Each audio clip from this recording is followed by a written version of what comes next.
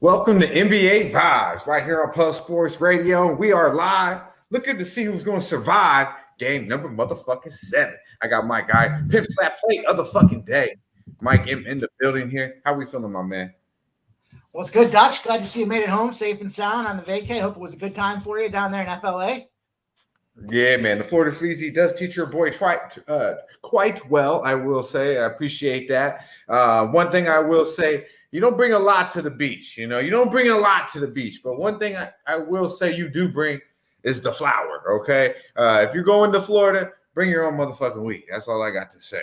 Anywhere I go, I don't leave home without it, though. You know that. But it's good to be right back here on Plus Sports Radio. Right here live. We're going to vibe the fuck out for game 7. I mean, we apologize for the late update, the late, notice. If everyone would go on our Twitter right now and like and retweet, share this video if you would. But we figured, man, hey, it's only right for the mothers that we go live and talk a little bit of NBA basketball here. It's game motherfucking 7. I can't leave Mike in alone. I wanted to talk this shit out with him. We got the Philadelphia 76ers in Beantown. We had a 6.5 point favorite pretty much all week, or here for a couple days, excuse me. And then big money, it looked like, came in here late on the Philadelphia 76ers. I seen it drop all the way down to 5.5.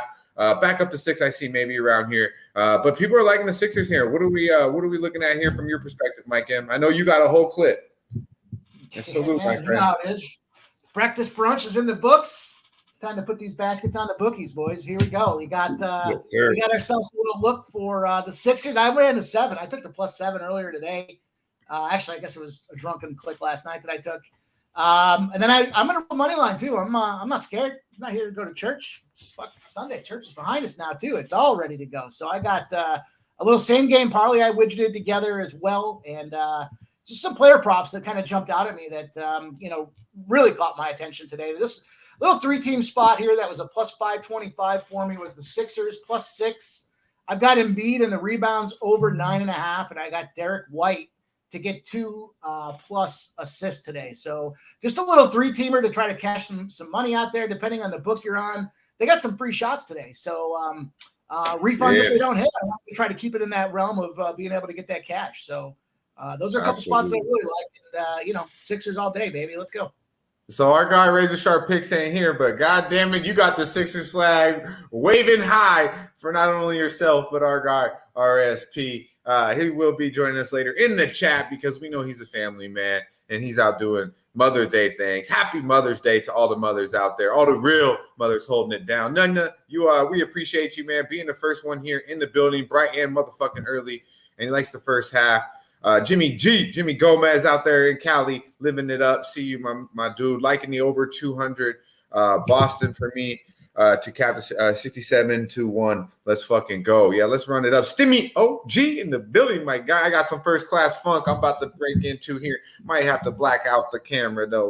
We'll see. We are here on YouTube, so we'll keep it PG. We do feel a little more comfortable here though. We're in the cuts there on playback, mostly with the NBA vibes. But we figured we'd bring it to you right here on YouTube since we're the only thing going. And we're the best thing going, God damn it, on a Sunday. And once again, happy Mother's Day to all the mothers out there. Hopefully you guys, your wives, your girlfriends, your moms, all the mothers, you guys have taken care of them today. You still show love for them every day, but you might as well do it today as well. Let's see. I am on the Sixers, or I am fading the Sixers. I'm on the other side of you, Mike. I'm on the 6 -120. With the bleed green. I think they missed their chance in game 6. They choked it away. I don't believe they'll win this game in game 7. And me and my guy, Dabby Cab, we are on over 2.5 threes. I got it at +110. He got it at +112. Jaylen Brown, I believe there's good money on that. He's hit it 7 out of the last 10. JPZ, if you didn't know, it's on the motherfucking intro. Good to see my dude in the chat. Wine Time Sports. Let's get it, man. Yeah, I'm big on the Celtics today. I like him. I like JB Brown to have a big game. I think he will be the best player on the court tonight. And we will see if James will bring his game. This is going to be one hell of a basketball game. Yeah, I think it's going to be certainly a good one. We got a weird timing with these games today, right? A 3:30 spot and then a NHL game that pops off at 10 o'clock on the East Coast. Are you going to make it? Are you going to make it to the NHL game, Mike? I'm going to do my best to get through it here. I mean, I'm a trooper. I'll go all night here. But fortunately, the 4 o'clock baseball window slims down to just one baseball game at 7 and then hockey. So we'll get in there. We'll do it. We'll get everything going. But I've seen people it's complaining exciting. about that. I've seen people complaining about the game time for the hockey on a little bit earlier. Yeah, and high probability it's going to go to overtime. So if it's going to overtime, we're talking about a potential 1:30, 2 a.m. finish on the East Coast on a Sunday going into Monday. So that's a tough spot for everybody that's got to get up and manage the grind the next day. But it's all right. It's Oh hockey. my god! Well, James missed his first three, and then he just took it away on an easy pass from from Marcus Smart. Just horrible pass there. I'll probably be a little bit behind, but this is how we're going. Come on, Robert Williams, got to be stronger than that. There's this guy. There's my guy, Jaylen Brown, who I think will have the biggest game tonight. I stayed away from the points because it just seems like no matter what I do with the points, I fall a little short. But I definitely think he's going to attack the rim and pull up. I like the over threes. Yeah, I took a good look at Jaylen Brown's point prop at 23.5 today. But interesting enough, I think the database that I work with has like 70 games, 7 situations in it. 0 times has the total dropped 8 points from the previous game. So not a lot of data and history to go on from a totals perspective in this game. So I felt like the number was a little low, but I thought that Lakers total was a little low the other night, and that thing found a way to stay way under there as well. So we'll see what happens. Should be a good game either way. Obviously, it's a big one. 200 is pretty low right now. Neither team's really buying buckets, so they're both teams look a little stiff from three. All their shots are short. Let's go attack. It's your world, Jaylen. It's your motherfucking world. Look at them. Look at them go. Look at them go. Look at him go. It's not 3-pointers, but I feel like it's a matter of time before he starts to go. I like to see him being aggressive, comfortable, and most importantly, shooting the fucking basketball. So the key to this game to you is, there you go. Big shot. Nice shot there, PJ. The object is to actually hit it inside the rim, not even touch the rim. Oh, yeah, I love it. There we go. Let's go, B-Town. Let's go. Hey. That's it. Dogs are barking. Dogs are barking. That's a Sixer sign right there. Not too late to get on the other side. There's still some good value, good money up in there.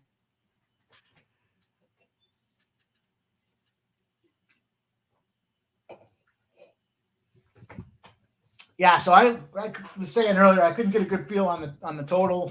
To me, it seemed like just a low number, so I was looking at that over, but certainly didn't get there. I think that we are going to see fouls. Fouls extend these games out, and backs against the wall. They're not going to be fucking around with 3 minutes to go in the half. They're not going to be afraid to take that foul. Same thing at the end of the game. It's going to slow that clock down and give more opportunities. And these guys are going to want to bring their best when it comes to the foul line. So felt like that stacks the deck a little bit to the over's favor, but we're down to 199.5 right now. So, we got 3-4 point swing against the original number, continuing to drop. It's juiced to the under right now. So I might scoop up that over if it continues to be a slow going first quarter. We get down to maybe 185-ish. I mean, shit, 95-90 is 185 right there. So it's kind of how I'm looking at it. Where are you at on the clock, Mike? I've got 758, 754. Okay, we're good then. We're good. So we're probably behind the chat a little bit, but we're pretty close. So we'll stay on that. Yeah, it looks like I'm like 20 seconds or so behind the book time, but it's all right. Yeah, I think that's about it. Come on, man. I want that other stuff, man. I have a tough time following along. I got pop-ups happening and shit going on all over the place. Yeah, I don't like that shit, man. I'm a little more traditional. Give me this little setup here, God damn. Why do these guys seem like they're so I don't know. Boston seems a little uncomfortable when they're like hesitant when they pass the ball. It's like they're moving too fast or something. I wanted to get on a couple of props there where it was like the first quarter Sixers, full game Sixers, but I don't know. Gets my, I don't know how you are, Dutch, with this stuff, but when it gets to be my team and it's a big game, I don't want to get too crazy with it. It's already enough for me to see it and watch it win. I still want to have action on it, but I don't need to spread it out 82 ways to Sunday. Exactly. So PJ's night and day. I'm kind of with you there too. I don't want to get too heavily invested in my team. PJ goes airballs a 3 and then splashes it. We got a 10-8 game. Philly took the first hit in the mouth, down 8-2, and bounced right back and took the lead. So this is going to be one hell of a game. I could understand why people like Philly here. I simply believe they blew their chance in Game 6. But Boston has shown, that they're vulnerable at home. Philly's beat them twice already. Specifically, James fucking Harden has showed out. Hit big shot. Found a PJ Tucker 3-point prop and an over 3.5-point prop earlier today as well, but couldn't get there. I see he's already got one, so let's go. Embiid with nothing on the board right now. That's always great. For the most heavily bet ticket was the Joel Embiid over 29.5 points, I believe was the number. Wow, really? I'll tell you that cash and money line movement still works the same way when it comes to player props. You had 29.5. Heavily most bet ticket of the day was Embiid's points over prop, and it dropped a whole point. So for whatever it's worth, Vegas said we love all these points or all this cash coming in, and we're gonna make it even more attractive. Keep bringing it. Hell yeah! So we got a commercial break right here. I believe this game will go down to the fourth quarter, and I think at the end of it, Boston wins this game. By double digits, I really do believe that. I think Sixers fold here eventually. And, Mike's on the complete other side of that. He thinks they're going to pull it out. He thinks that the Celtics are going to fold in the fourth. We're at a certain point. Homer pick. I recognize it. I see it out there. That's why I was a little more apt to talk about some props than anything else because, I my allegiances here. I got that red, white, and blue Sixers blood in me. So it's hard for me to start thinking green. We got over 4.5 for my guy PJ. Will cash. Yeah, looking pretty good so far. He's a big time player too. He's a big time player. What a weird number for him to have 3.5 points. I saw was minus 120 on DraftKings right before tip off. 3.5 points. Guy throws at least three pointers out there a game. That's one of those. Yeah, already in the pretty low number. I remember people were betting his unders early in the season. He couldn't get a bucket early in the season. And then he's a playoff. He's a player you want during the playoffs. He's crunch time. He's not going to wow you, but he's the type of player you need a PJ Tucker on your team if you want to be successful.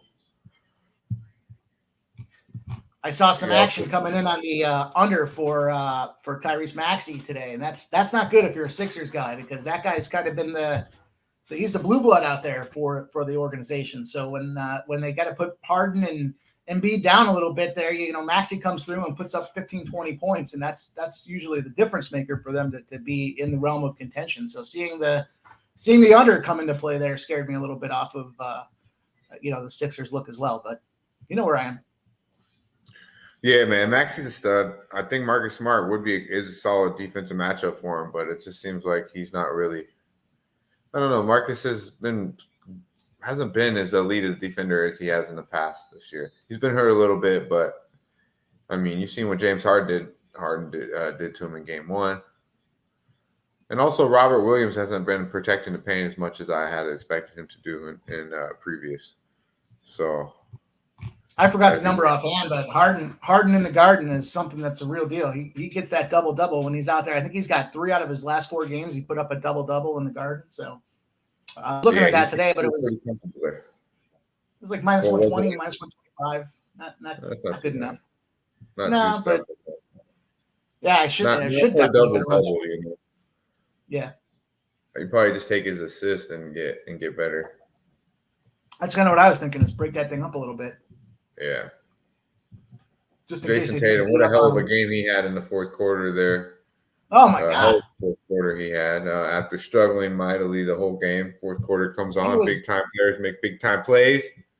Dude, that's exactly all the way up to the third quarter, Twitter was a buzz of how bad that guy was. And I was guilty of it, too. I was calling him Tatum and not Tatum. That guy was a scrub. But, man, he came out on that fourth quarter and put the world on fire. I blame myself for that Sixers loss last game too, because I jumped on Jose's live stream there on Thursday night, and I was breaking his balls because he had the jersey on early in the day, and he took the jersey off for the game, and they were losing. And I said, "That's what you get for taking the jersey. If I make the game pick with the jersey on, the jersey stays on all fucking day, and that's it." And so he put the jersey back on. It was 62-62 when he put the jersey back on, and then they came out and they ended up winning the game. So I blame myself for that one. I'll take that one on the chin. Right. Shout out to Sean. He got the he cashed the he did cash. Let's see here. He PJ. cashed the PJ Tucker already, man, in the first quarter. Yeah. Beautiful thing, my guy. Beautiful look. That's where you want to be, man. No sweat whatsoever, right? It's beautiful, bro. No, it's my fault. It's my fault, JW. I told Jose that he had bad juju by taking his jersey off after he made the pick, and then he went and put it on. So had I not shared that with him, he's a young man. He's got to know how that works when it comes to the juju and the karma with the jerseys. So I screwed myself on that one. It's my fault. Yeah, PJ Tucker's got 2 threes already. Boy, oh boy. Fucking Embiid doing jack shit. It's all right. It's all right. We'll get there. And I can't find any of these fucking things. Billy Briz in the chat. What's up, Billy? Shout out to Billy. Cannot find any of these fucking things. Fortunately. Yeah. Trying to get some cashes for our boy Sean here. And when we get our boy Dabby Cab back here, he'll show me a little bit. But it's been a minute since I've been on the tube, fellas.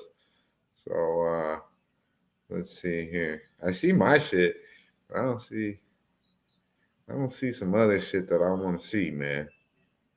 But shout out to our boy Sean cashing that PJ Tucker in the first quarter right there. Very easily, I might add. Looks like we have a little knee concern with my boy Tobias. That's not good. Down on the ground, right knee. 15-12 game, a little over 5 to go. Shout out to Billy Briz, new member. So it's Jose's fault. JW says it's always Jose's fault, man. Billy, yeah, he had to get a renewal. Yeah, man. Let's get to this money. I'm sure you're on the Sixers tonight with your boy Mike M. And then there's my boy Sweaty Butcher on the other side. I see you, my man, Sweaty Butcher. I wouldn't be surprised if Billy had himself a closeted little Celtics money line ticket at -350. We know he ain't scared of the juice. As a Philly guy. Yeah, I'm trying to see this game, bro. No glasses. And I'm trying to see my motherfucking. I had a hat too. I was about to put on, and I couldn't find it right before we go live. Do this motherfucker on real quick. I'm about to go grab the medicator. Got to grab the medicator here in a moment. Picture Davis stood us up here. Not usually a thing he's typed to do, but I don't know, man. I think he's scared of this basketball game. He had an early morning, right? Wasn't he the guest on Jose's Say Hey Place? Oh, was he? Oh yeah, I don't know. I didn't. I'm sure he's doing some shit. I was fucking with him. Dude, if it's him to get up for that's like you get down for those 11 o'clock spots, right? I mean, West Coast guys, that's what, 8 a.m. out there? That's early, man. Yeah, I'm an early person. I like to get up and I'm like, I don't know, man. My body's just like wakes up early. I just wake up early and want to beat the line, look at the lines and get shit over with. It don't really matter how late I stay up. I'm still going to be up pretty early. Shout out to our guy Abel in the building.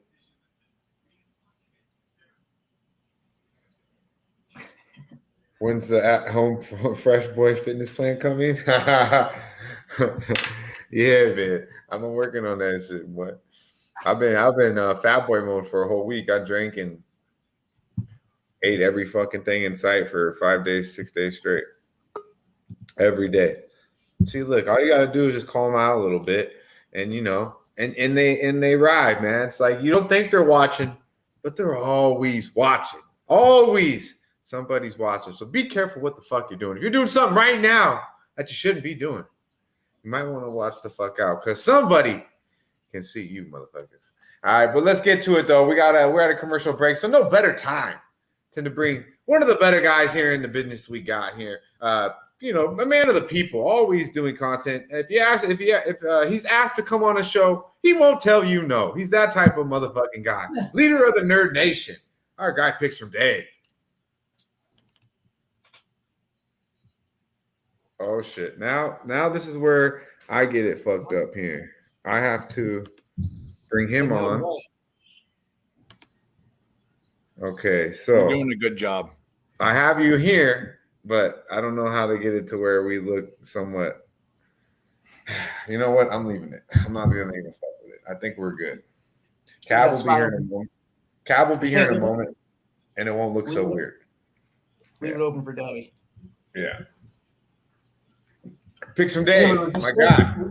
Thank you. We heard you had a little spot this morning. We'll say hey, spot. How you doing? I'm doing well. Can you guys hear me? Yeah, we can. We can see you. I'm in a different spot. The lighting in my laptop is all correcting itself, so it's all fucked. But I'm sorry I couldn't get on here to give my play because it's already cashed. I had one play in this game and it's over. So, yeah, Tucker too? Tucker, I gave that out last night. I gave it out this morning. I had PJ Tucker over points, 4.5. Hell yeah. That's a beautiful thing. Fuck, man. Now I really want to find these banners. I can't find anything in here. I'm trying to find the cash it fucking banner or my old shit, the pay that man his money shit. I can't find any of that shit on here. But if you can find it, Billy, run that shit if you would, my dude. For our boy Sean and picks from Dave. Appreciate you coming through. Billy in the back helped me out a little bit. If he does want to come through, he definitely can, but I believe he's chilling right now. Marcus Smart's got to finish that layup. So you have no action on this game outside of PJ Tucker cashing it. There we go. That's all I had. That's all I had. But then obviously we're betting live, so we'll find another spot. Oh yeah, absolutely. And this is going to be a game where I believe we will.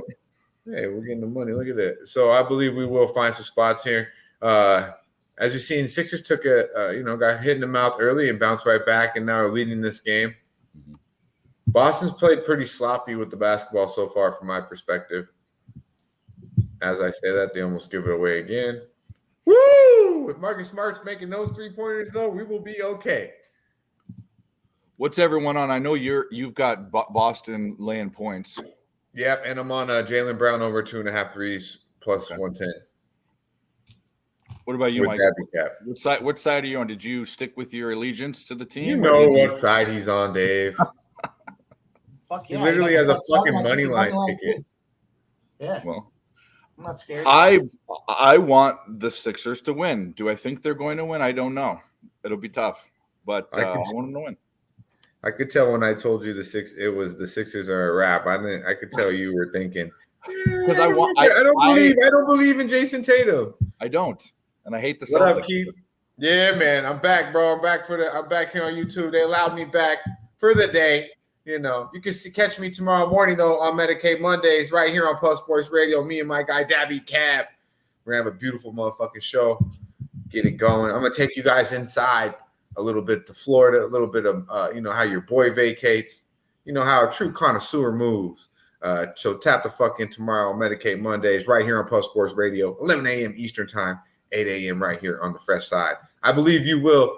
Like what you see. If you like seafood, if you like fishing, you like shit like that, it might be your type of segment. So we got a nice, good basketball game going on here. 19-16. Dave's probably a little bit ahead of me and Mike. I don't like that shot there by Tatum, but I mean, if it goes in, it goes in. I'm not that far ahead of you. I'm on YouTube TV right now because I'm on the other side of the room. Wow, and B just goes right now.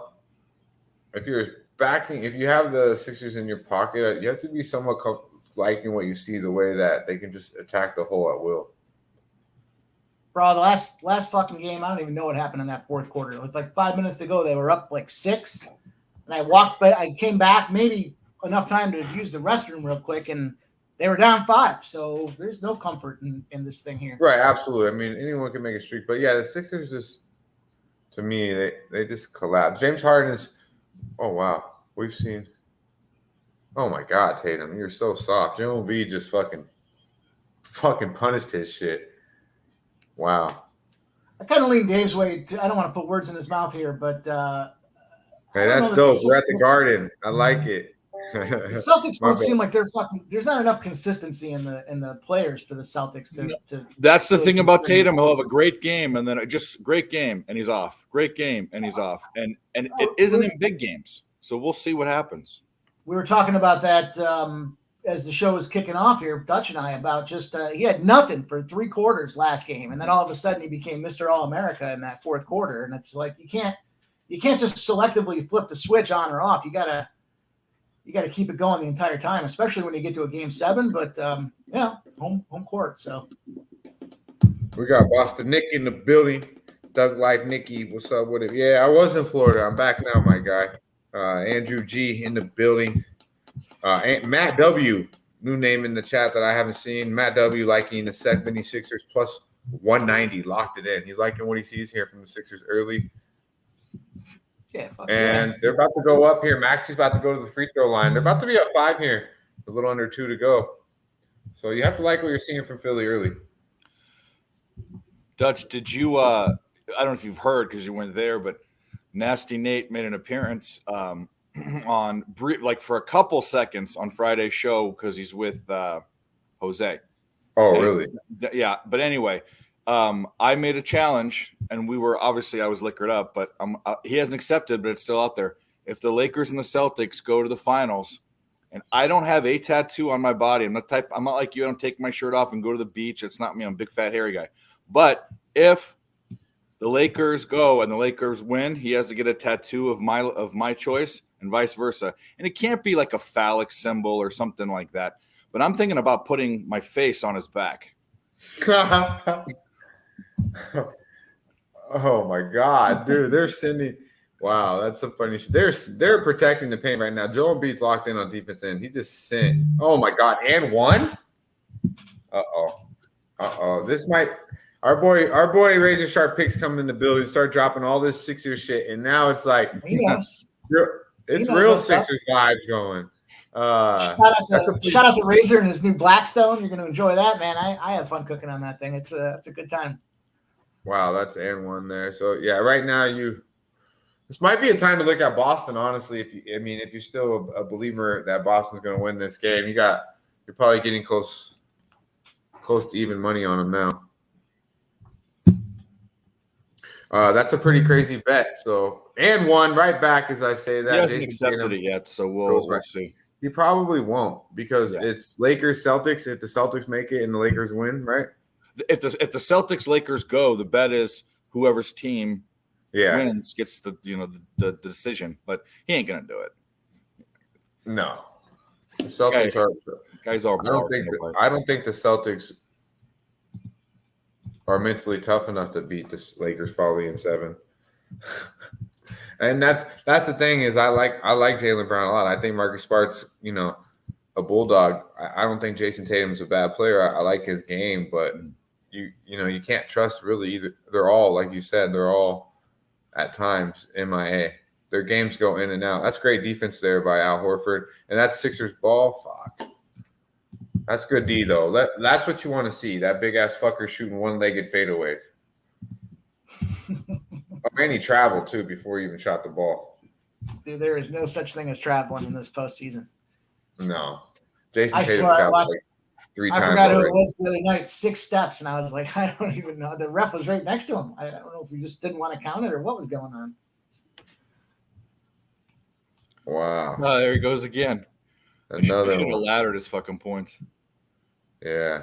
The whole it's easy. Here's the deal, man.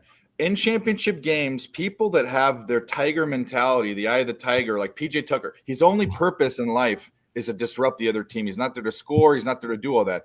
And in this game, he's going to take it on himself to do everything he can to fucking win. And so getting 5 points in this game was just like a gift. There you go. Yeah, absolutely. It was low. Al Horford hitting it right back. PJ's already got 9 points? Yeah, I think so. I just saw him hit 3. Yeah, I was saying that 11 actually. He plays big time. He plays big time. I mean, he's a player you want. You're not winning championships. You're not competing for titles without a player like PJ Tucker on your team. Yeah. So I've always been a fan of him. He's not going to wow you, but he's definitely going to impress you in a lot of ways. And he holds people accountable too. He has leadership qualities, even though he's never going to be the best player on the team. That's just a bad shot. Even if he makes it, it's like a 19, 18-foot jumper fading away. This can't be a high percentage shot. Just can't be. That's the first quarter we wanted to see. Garden background, though. Yeah, you like that first quarter, huh? I'll take it. I mean, we just got to grind out 4 of them, and one's down, one's in the books. So, I don't think this game really starts until the end of the third quarter anyways, but certainly our boy Jimmy Gomez comes through and drops fucking the good, what it come, the Uzi, 48.5, easy money for our guy. Plus 126 he got on that too. Good looking out, my man. Appreciate you dropping your knowledge. PJ Tucker. First quarter plus 2.5 obviously gets there. The money line was plus 155. That's going to get there as well. That's what I was thinking, Cav. As soon as I said let's live bet the Celtics, they went down and got a bucket. So I don't know. I think down 6 at the end of 1. I think I might wait here until halftime. Maybe the second quarter continues a little bit like the first quarter. I think the Celtics will make the right adjustments at half. We've seen the Sixers be up big and give it away very recently. As we know. North Internal look to get in on the Sixers money line if and when Boston takes the lead. I got the Lakers to win the Western Conference at plus 500. Abel says, good shit, Abel. Yeah, I don't know if they're gonna. I'm not gonna get too much into it because I want to break it down pretty heavily tomorrow on the show. Medicaid Mondays will be a pretty heavily NBA edition. Obviously, we know we got some stars making some fucking pretty dumbass fucking decisions, repeated decisions. But yeah, I definitely think Denver is a beautiful spot Tuesday night. I don't know. We'll see. We'll see if that depth. We'll get through that series against the Lakers, or if the Lakers, who will probably have the better star power with obviously LBJ and AD and D'Lo, but the deeper team is definitely the Denver Nuggets, and I do believe the best player on the court probably at this time, Joker. I said it, so I forget where it was. Might have been on my show, but I said this John Morant thing might become an issue. People are like, oh, no, everyone does this. They all go to strip clubs. They all do all this. I'm telling you, there's a little something in his head. You look at his dad, and you look at that motherfucker on the sideline, and you say, that guy's kid's probably a weirdo. That's exactly what it is. There's a screw loose, I'm telling you. Yeah. I guess I didn't look hard enough to come up with that, but okay. Definitely something wrong with it. He's looking at his dad and saying he's trying to look too much like Usher, so his son's he's trying. He's trying too hard to be cool. Yeah, there you go. I mean, I see that. I mean, I see Ja it was kind of laughable at the thing, And just to be quite honest with you, I don't give a fuck what anyone does, but I'm not a millionaire. I'm not a fucking professional basketball player, and I've never taken a picture with a gun in my hand. I never went on stream with a gun in my hand. So, I mean, to me, that shit it's not what you do where I'm from. So I don't understand what the fuck he's doing. Yeah. I mean, and his boy, is the dumb motherfucker recording it, and he's still the one who tried to save him if you watch the clip. So it's you can blame his friend, you can blame whatever. I blame John Morant. You know what I mean? So make smarter decisions. But yeah, man, some people just don't give a fuck. I'm gonna go inside the locker room here and speculate on this dude's friendship. He's probably a cheap motherfucker. He's not giving anybody any of those ducats he's making, because if he was, they wouldn't want to bite the hand that feeds him, and they would go out of their way as his boys getting free money to make sure that he's not out there doing anything to jeopardize that cash flow coming into their pockets. And so I'm speculating. I don't have any proof behind it, but I'm here to make some accusations, and I am thinking he's a cheap motherfucker, allegedly. Could be. I know. If I was throwing cash at my boys, I mean, who hasn't been there, right? You're at a club, you're at the strip club or wherever you are, and you're throwing some ducats around to your fellas, and they're out there cashing in. Next thing you know, cocktails just keep showing up in front of you, right? They want to keep that thing moving. They want to keep the train going in the right direction. Too good of a shot for James. He missed it though. All right, so yeah, man, Debbie Cab, let them know we're looking to see all the real ones tomorrow morning vibing out. We're gonna touch on Chet Holmgren. I don't know if you guys seen him in his new outfit. We'll touch on that a little bit. Yeah, we got some NBA coming for you tomorrow. hopefully we'll get someone on there to talk some NBA with me as well. Dabby Cav's going to dabble a little bit. I like where he was looking tonight on this Jaylen Brown, although it's been a slow start for Mr. JB. He attacked early with those first 2 buckets and then just stopped. That's a weak-ass call, if you ask me. Cab, I have a new name for your play of the day in NBA. If you're there, Cab. If you want to hear it, say yes. You'll probably say. We did get one. We did get 1-3. I missed that. My bad. You got one. Yeah.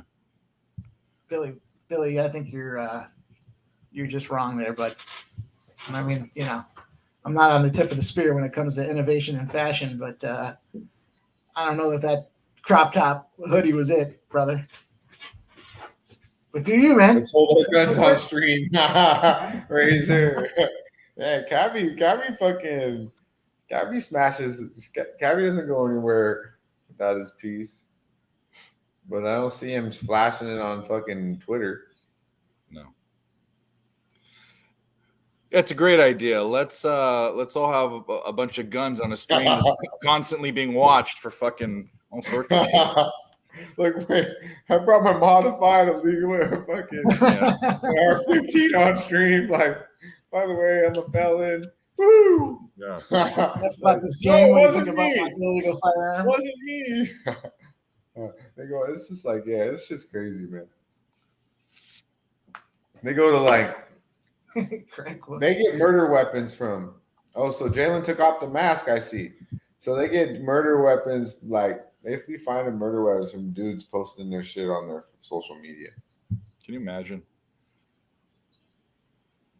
Can't fix they kill someone with the gun and post pictures with the same gun on their fucking social media that's directed to their first and last name. Come on, man. God, James. So interesting enough here, the most bet prop tickets were Harden over 28.5 points and assists. Tucker under 4.5 rebounds. Marcus Smart over 23.5 points, rebounds, and assists. And where's the foul? Look at this. Where's the foul? Oh my god! There's no foul. There was clear no as day. foul. It's clear as day. You can't do that. I'm with you. Wow, that's unbelievable. He's like, if anything, Harden created the contact. It wasn't an offensive foul by any means. What's that little stupid jerk he did at the end to fucking? Yeah, it's like that makes it so much worse. Like, to even get that call, fucking A, man. Hold it down for a second, fellas. Yeah. What were you saying about those props? I didn't get all of them. Most bet props today was Embiid over 29.5 points, minus 120. It dropped down to 28.5 points before tip-off. Harden, point assist, 28.5. Tucker under 4.5 rebounds. And Marcus Smart, 23.5 on the over for his PRA. So interesting that it doesn't look like anybody's really in a position to get that thing done. It's early. Harden's got 2. Interesting. I was saying before you jumped on the stream that in a database of over 70 opportunities for an NBA Game 7 in the second round, nothing in the database indicated or had a situation where the total dropped 8 or more points from game to game. So kind of an unpaved road here when it comes to what the total was going to do from a historical perspective. But, we're clearly seeing an under right now. The pace is definitely an under. So anybody that's got over props, tough spot, unless you're looking at bench points. Game 7, playoff type bass. 200 was low, but I think, I guess it's low for a reason. Well, we've really seen it kind of constrict though the last few games. Even the Lakers game that these guys are struggling to get to 100. So, do we have? Is someone backstage producing, or are you doing it? No, that's Billy is, but that was me. I was trying to. Oh shit! I'm trying. Billy, get on fucking screen. Where are you?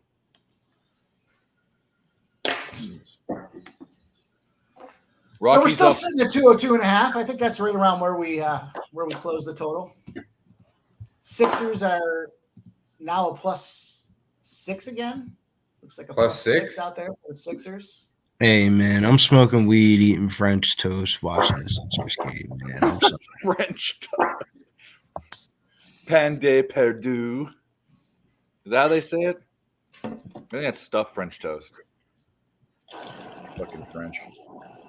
I don't like French people, but I like their toast. No. Billy, what did you do with yourself yesterday afternoon with that UFC ending by like 5 o'clock? You had to be going stir Oh crazy. my god, dude! I was absolutely wiped out, tired. Started betting MLS and watched the XFL championship game. Played some Call of Duty. It was a great day, man. Do you like the earlier start to the cards or the later cards? Not for my health and my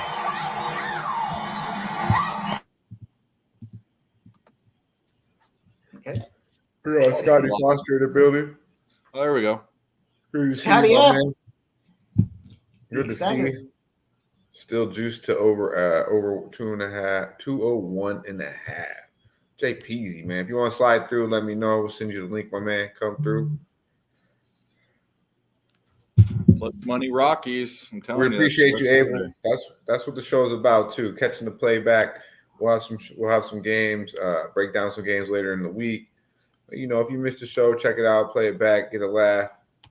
That's what we all about. Get the L's out early in the week too, man. That's what we do. You're gonna see a couple people take a couple L's. You'll see the LZL and you get them out the way, and you win for the rest of the motherfucking week. Shout out to Ron Lofton in the building. Good to see you, my dude. We got a 33-26 basketball game. I would like to see Jaylen Brown pull the fuck up and just splash on these motherfuckers. God, why are they so soft going to the hole? I don't know what the fuck Marcus Smart was just doing there.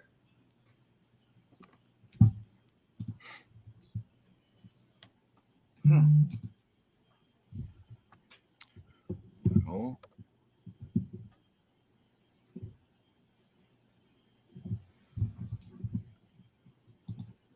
Wrong game.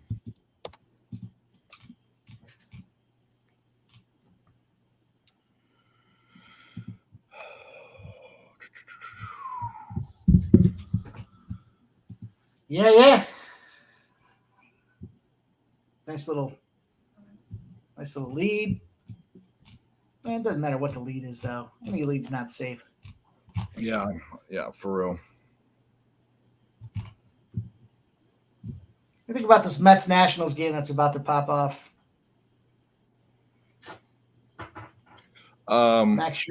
Is Max Scherzer worth minus 200?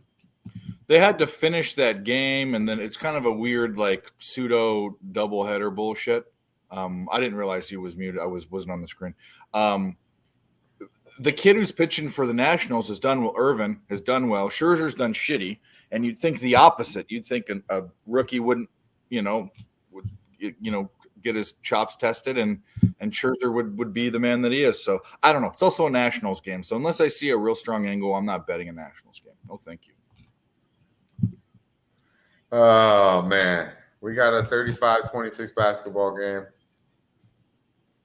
I'm not liking what I'm seeing here right now. I feel like I might be on the wrong side. It's so early. It's early, but it's like Boston is fucking sloppy as shit with the ball. They're not protecting the paint, and the Sixers are. Like, they get to go to the line there. Obviously, a couple possessions in the game switches, but from what I'm seeing, can't reckon yet. I can't wear glasses and watch the motherfucking basketball game, man. A lot of talk about your glasses. I didn't realize you wear them that much. When we do the live streams, I don't really wear them. But I think it might be. I haven't been on a live stream in a while, to be honest with you. We're in playback. We're in the cuts, though, in playback. You know what I mean? Yeah. Love playback. Fucking Get it. Yeah. Okay, what I think I'm going to do is I'm going to take this Nationals plus 1.5 spot, plus 110. 8-point game. Might as well. Embiid is so soft with the ball too at times. Oh, nice. Look at that, man. Look at that. Like that makes me think you're gonna get the best player on your team. I'm picking up a underwater bubbling sound. Yeah, I was wondering too. You out of papers? I mean, is that what's going on? That's just concerned. Yeah, There's a thick fog rolling in. I am a little concerned. I don't like what I see here from the soft ass Celtics, and then we got Jaylen Brown. Oh, that's offensive. He just fucking hit him in his face right after he took off his mask. Well, that was the voice of God. Look at that. Show his face, but he'll talk to you. The shit out of him. A water bubbler. Yeah, no, I smoked fucking so many joints. I smoked a couple joints already today, but I just felt like the. Didn't sound like there was much water in that thing. Oh no, there's a lot. Just from an outside perspective, listening in. Come on, Jaylen. I need 2 threes at least. If you motherfuckers lose this basketball game, I need at least 2 more threes.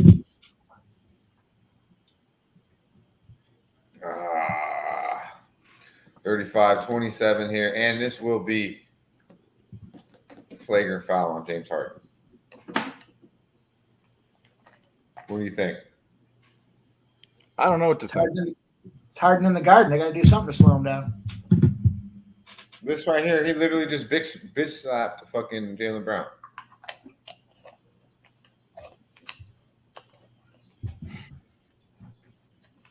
I don't know.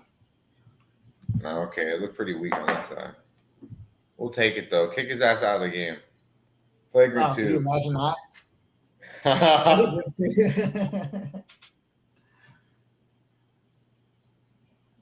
Oh, some dancers in the stands.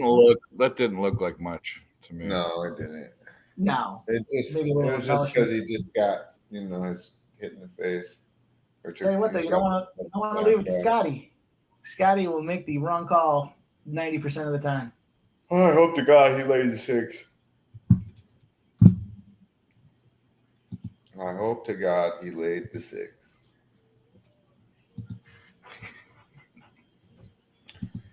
All right.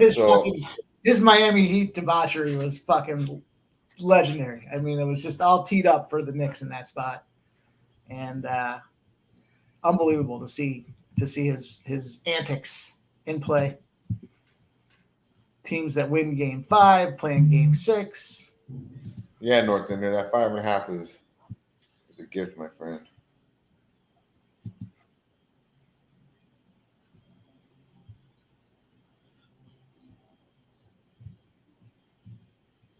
So what they call flagrant?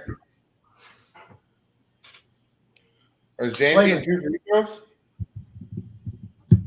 James really still getting 2 free throws?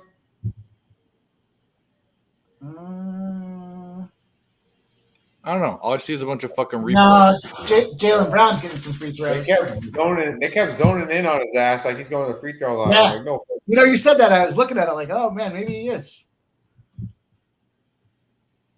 He had that look like, yeah, I'm going to the line, motherfuckers.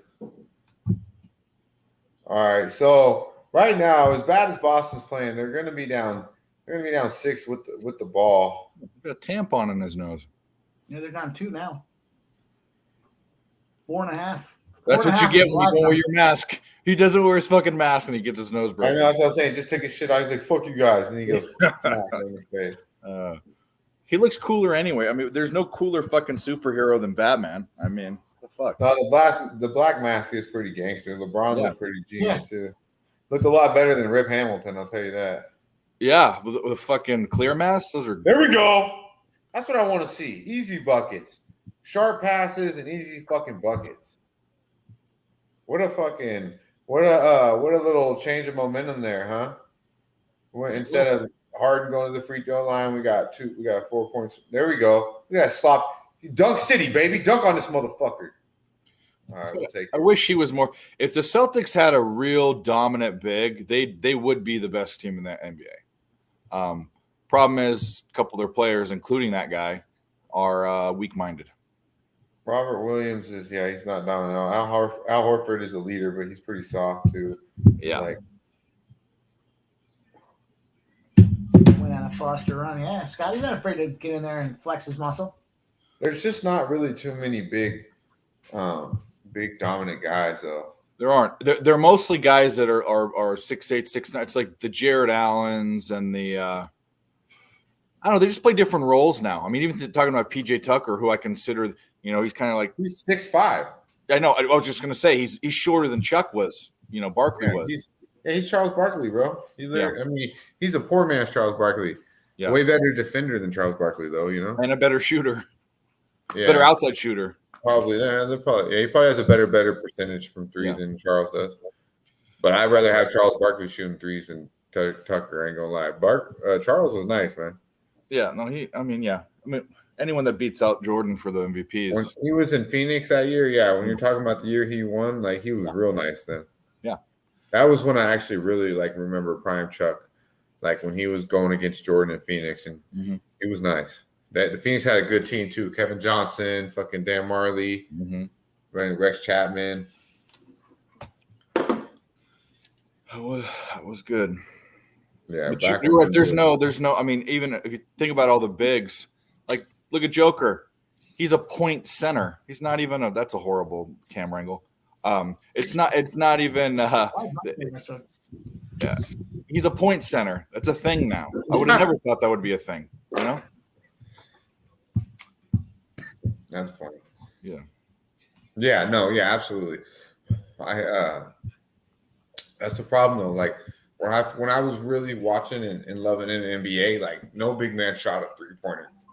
Then it started coming into you have like Sabonis and Sam Perkins. He would shoot them threes. Like it would be very rarely big guys that would shoot it. They're more like David Robinson. Dirk would do it. Yeah, but he was later. He's not a center either. He never Sabonis was a center for the Blazers back then. That big boy. Yeah. Sam Perkins. I believe it was Sam Perkins, right? Big Smooth from North Carolina. He got his first name. Well, I know he's on TV all the time, but I know Perkins is his last name. No, not Kendrick. Not Kendrick Perkins. Kendrick Perkins is a fucking bum. That's what I thought.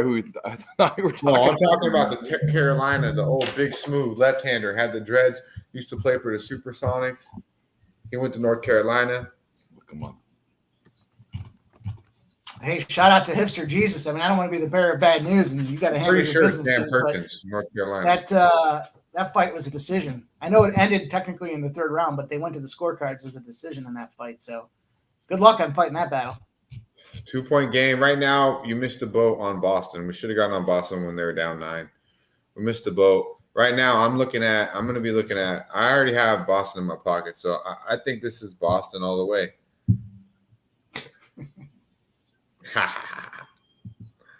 I will be honest though, from what I've seen, I don't like the way that Boston is turning over the ball in the paint.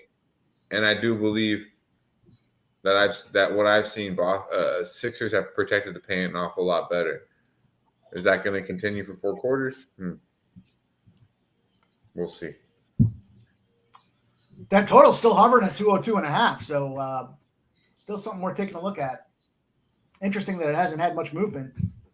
I don't know. Right now, go ahead. Nothing really seems to indicate that from a start perspective, it's going to go over. So the fact that it kind of keeps maxing out at the 202.5 and we're seeing 199.5 to me just feels like it's an under spot unless we see overtime. It's may so or may crazy not reserve the right at halftime to call overtime. That James Harden call just flipped this whole game. All the momentum's on Boston now. They're getting the boards. That should have been an and 1. They didn't even. That should have been an and 1. Yeah, we saw the Celtics start out. Layups. Come on. What do you guys think about this first half here? So I'm starting to fucking buy in with the fucking picks with Dave over here. Fucking Tatum soft ass. Keep doing that shit. Join the club. Free membership.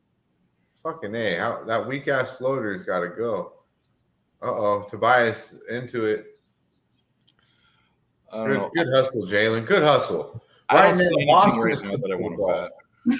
Come on, Jason. Soft ass motherfucker.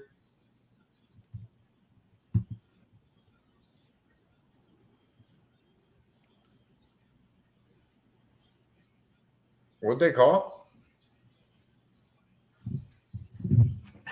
Big O, not yet. I'm going to take a look at it so I can kind of measure how this line moves, but I haven't gotten there yet. Wouldn't surprise What'd me. they call me? Scott Foster, back to the God. This fucking guy.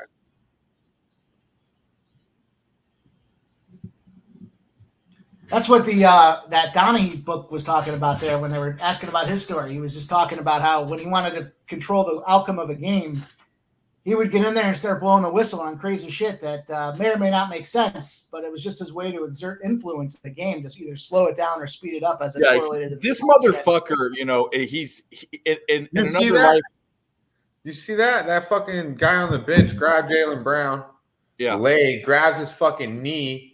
Jalen says something to him, and they tee up Scott, and Scotty tees him up. Yeah, dude. That dude should get kicked out the game. You can't grab his fucking knee like that. Scott Foster in another life. Sorry, Billy. I think you're on that like guy. a fucking tyrant of a small country. Like he's like talk about control freak, bro. I mean, that's what they said. That's what I don't know if you ever got into too much of the history behind that. His partner there that was fixing all those games, but they went into detail about exactly how. I think he write a book, but they talked exactly how he would do it and how he would get in there to influence the game, and that was it. You start. What the fuck is Yang thinking there, bro? Like, what the fuck? That's so stupid. Whatever it takes, We don't need his 2 points. We'll take him, throwing an excessive injury out there on somebody. I'm good. I did grab his leg. What the fuck, dude? Yeah, it was stupid. That kneecap. Trying to hurt him or something? That's horrible. I mean, that his leg could lock up from that. He's gonna get fined. That guy's gonna get fined big time. He definitely should get kicked out of the game, and he's definitely gonna get fined. Double tax. Anything to get in the guy's head, though, too. So I'm get in his head just to throw him off a little bit. We're not trying to see him get hurt, but let's just throw him off a little bit.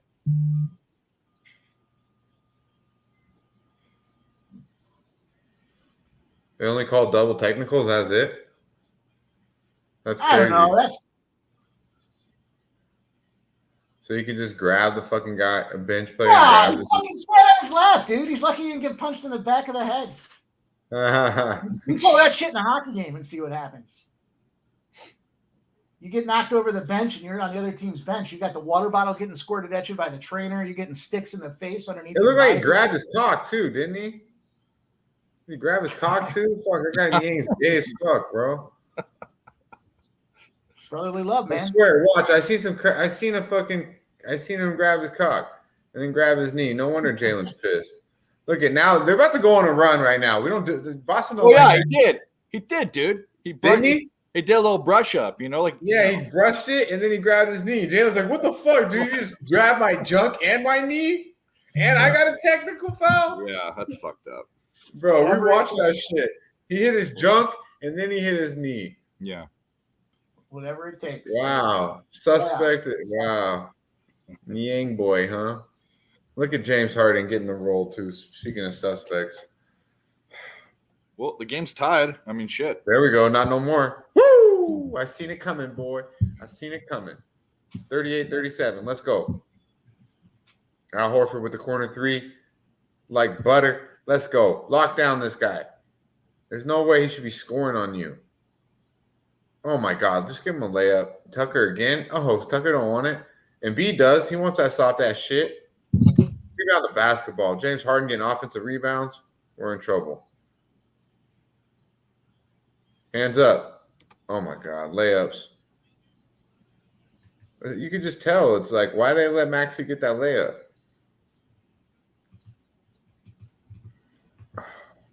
Jalen, pull up, bro. Motherfucker. I need those threes, Jalen. Okay, good take, Good take, Tatum. Good take. That was probably the best take Tatum's had all game. He's been real soft this game. Appreciate everybody in the chat coming through. We got Andrew G in the building, Christopher Comentini, Sean Sullivan, cashing tickets already.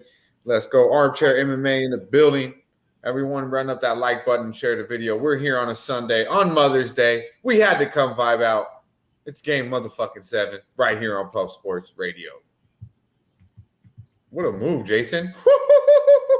Oh, man. I took back everything I said about you. Where is this guy half the time? That was silky smooth. That was those Versace sheet smooth, baby. Yeah, that was yeah, man. Ooh, colder than the other side of the motherfucking pillow, Dave. What you say about that boy? Man. He must have heard me. Man, I'm telling you, I was about to throw a towel on his ass and look at Embiid now. He just looked like a big old bully down there on that one. Attack, Marcus. They don't want to get back. They don't want to get back. Give it to him.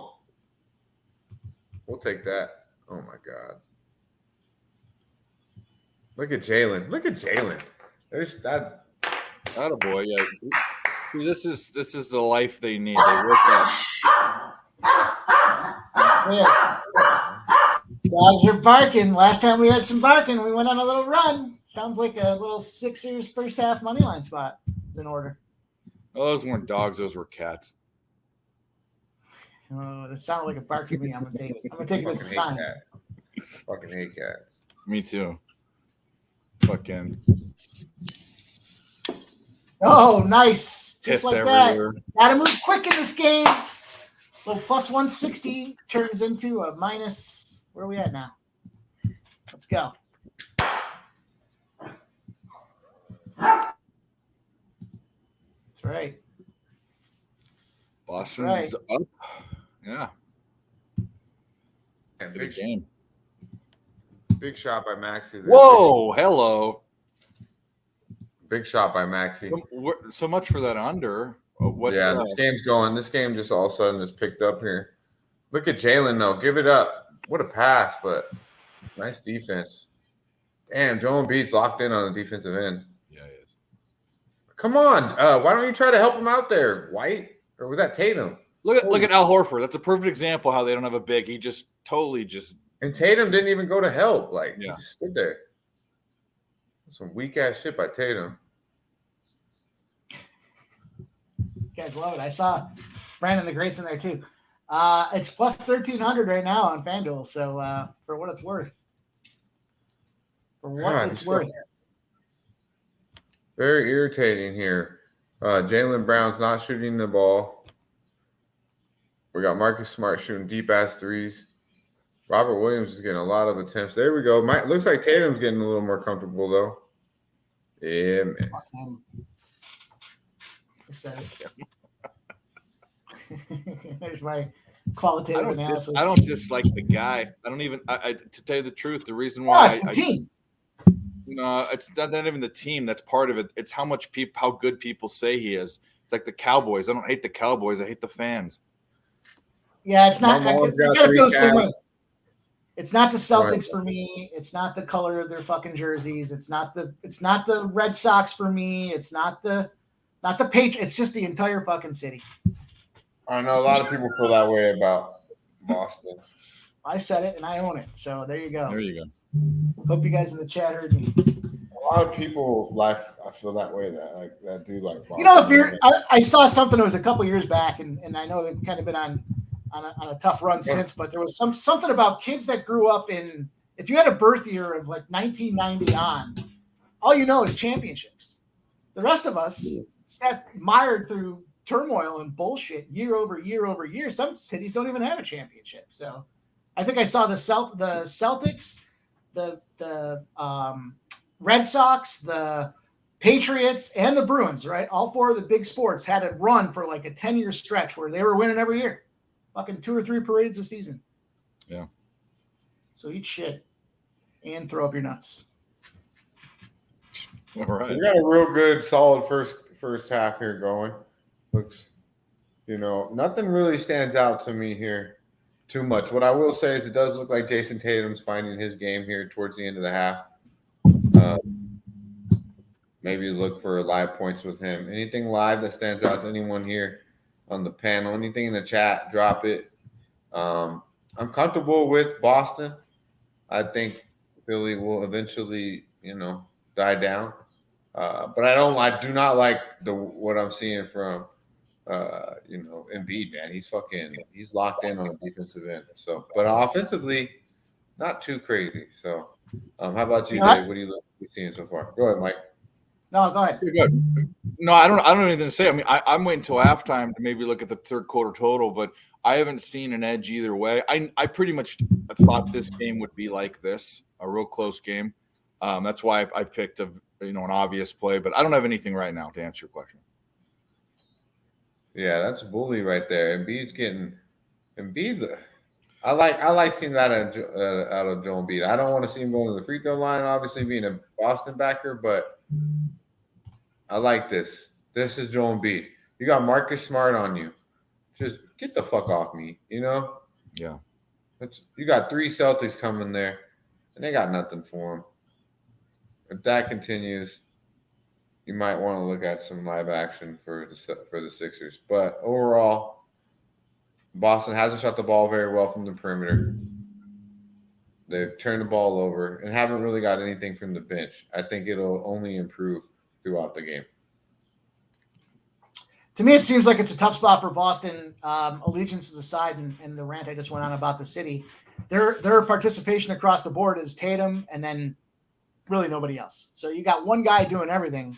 And, maybe he continues that and he continues to go on to have a 60-point blowout performance tonight. But, in a game where we're looking for the under, he's going to need some guys like Smart and Horford to step up and do something. And, the 3 points that Marcus Smart's got right now, the 6 points that Horford's got, I don't know that gets it done. So, they got to spread it out a little bit more. Conversely, when you look at the 76ers, 11 points out of Tucker, 8 points out of Harris, 12 points out of Embiid, 10 points out of Maxey, 6 out of Harden, and they got 4 out of Melton on the bench. Spread out across the board right now. You got everybody chipping in for the Sixers, so it's not a matter of one guy getting shut down or going cold. So those are a couple things I would keep my eyes on for the second half. As far as first halves, at this point, I just straight gambled and took that plus 160 Sixers money line first half spot live. So at this point, I'm just kind of looking to ride that out and see where we get for halftime. And then, I get what you're saying. I do get what you're saying. Honestly, I feel like Joel Embiid. I feel like the 2 best players on the court, and I do like Jaylen Brown an awful lot. But Jason Tatum is just shown that he wants it more. I feel like Tatum and Embiid right now are locking in. Embiid's been locked in on the defensive end the whole time. He's starting to demand the ball and go hard inside.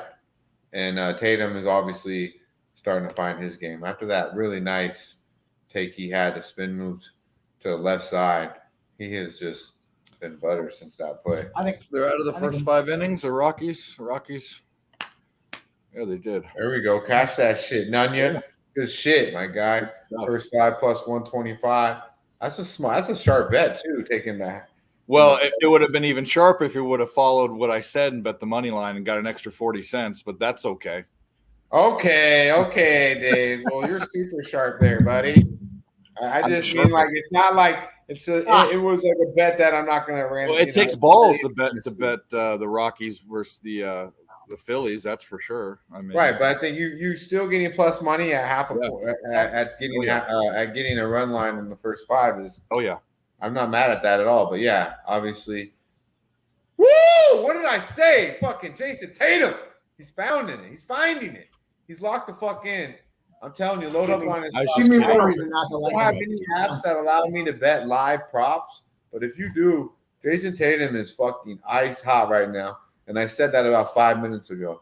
Right now, we got a 52-point basketball game. James Harden shooting an air ball 3. I love to see that.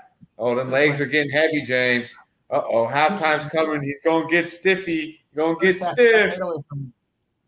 That back's going to get tight. Then hammy's going to get sore. And that ass is going to feel heavy as a motherfucker, James.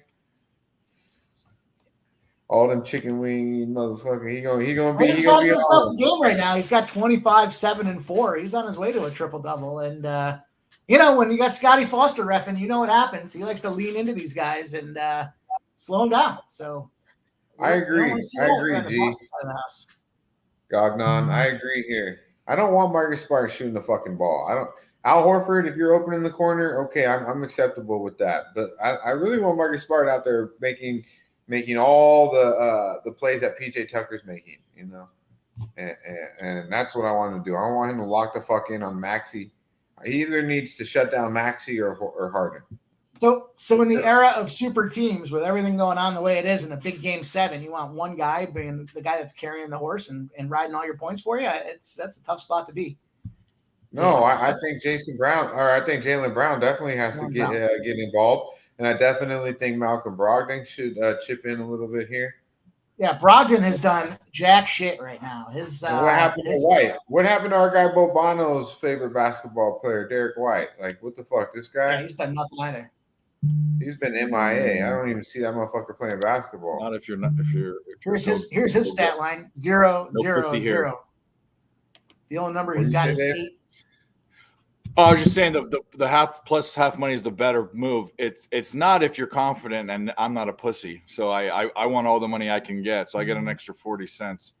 Yeah, I mean, if you're confident in your bet, go. Yeah, it was the best play of the day. You bet baseball, you take the money line. If you're like me and you tell motherfuckers in baseball, you take the plus 105 and take the half run. That's probably what I would have done. I'm just being honest. Like, I would be like, oh, I could take that. You like this play that much, and I can still get a half a run at plus money. Okay, I feel you. Yeah. You know, if I capped it and I'm locked the fuck in, I don't give a fuck about a half a run. Yeah. You know what I mean? Give me the plus 140. But me in baseball in that bet, I would have took the half. I would have took the plus 105. I think volume becomes the difference there, right? It depends on how many games you have. If it's just one and done, take that half a point and take it. Yeah, I wanted two too, Dabby. This fucker won't even shoot a 3. What's that, Dave? No, you're right. It does depend on it. That particular bet, if we're looking at why it isn't as scary as it looks, is Freeland is on the top 10 moneymakers, most profitable pitchers, first 5 this season, and it's not someone you'd think that would be that. It's a guy that makes money when he goes out and pitches on a bad fucking team with a bad pitching staff. It's also Aaron Nola too, which if you've talked to me before, you know that I fade the fuck out of him in the beginning of the season. But anyways, I was so confident and I didn't need to think about it. You know, no half a points. I think Brown comes out and just strokes 2 threes to start the third quarter. Blue Jays walk off in the bottom of the 9th. I believe our guy Razor Sharp Picks was on that. Nice. Cash that shit. Gabby Cab, we're fucking go to the what I gotta go to here. The brand. I want to find my fucking pay that man his money. Well, that's all that matters down here for sure, buddy. I had the under in that Colorado game, under 11. Oh, right. I found this one. That series hasn't gone under. There we go for our guy. Razor Sharp Picks. Nice. Cashing the motherfucking ticket. We're going to give you 2 because we fuck with you, my dude. We give you 2. Let's go. There we go. We're fine. We're getting it out. What's this? What is this?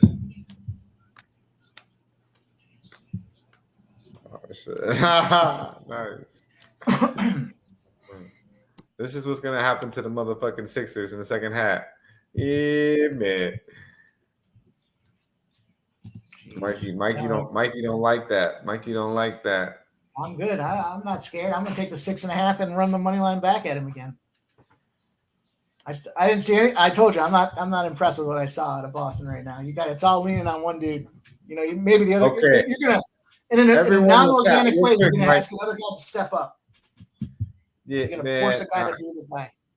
You can say it with your chest out right now. You're feeling pretty good. JPZ had the 5.5 as well. There we go to our guy. There we go, JPZ. We cashed the motherfucking tickets here on a Sunday, on Mother's Day. Shout out to all Mom Dukes out there holding us the fuck down, dealing with our degenerate asses for year after year. What's the odds? Everyone in the chat, what is Dave ordering right now? Is it Chinese food? Is it pizza? Or is it a business call? On a Sunday, I'm going to say it's fucking pizza. And he's like, oh, man, please give me the wings. Or is it what? This guy does beer, too. It's carrots and hummus. Is it a grocery order? Is it an Uber order? Was it a pizza order? Or was it a business call? You're muted. Let me know what it was. Dave is obviously doing his best impersonation of Dabby Cab right now, and we love it. We absolutely fucking love it. I'm not on my normal laptop. I'm sorry. Yeah. What was that? No, that was a family. D. Martinez says booty call.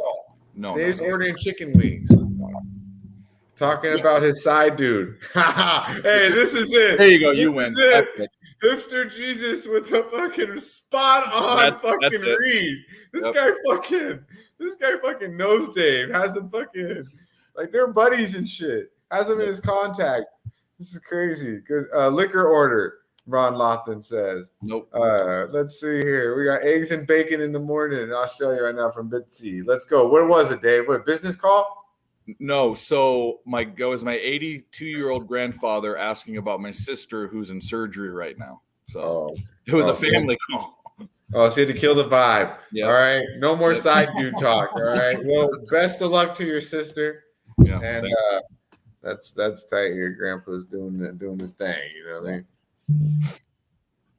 Oh yeah. Sorry to hear that about your sister. That's all good.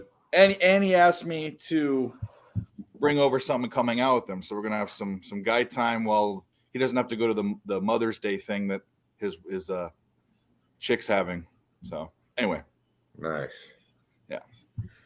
Get some grandpa time. Does he drink? Oh, does the Pope shit in the woods? Yeah, Jesus gets it, bro. See?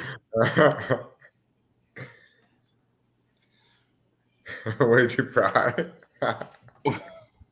If you answer the phone on stream, yes, bro. It gives me a chance to get the chat to interact on what Dave's ass is doing. Because if you don't know, Dave will order. He'll order some shit, man. He'll have some shit delivered to wherever he's at. So, it wasn't out of the realm chance that it was a pizza or it was going to be some fucking Jameson or some shit. Yeah. So that's why. And speaking of Cab, where are you, dude? Like, what's so important? Getting love from the chat for your sister.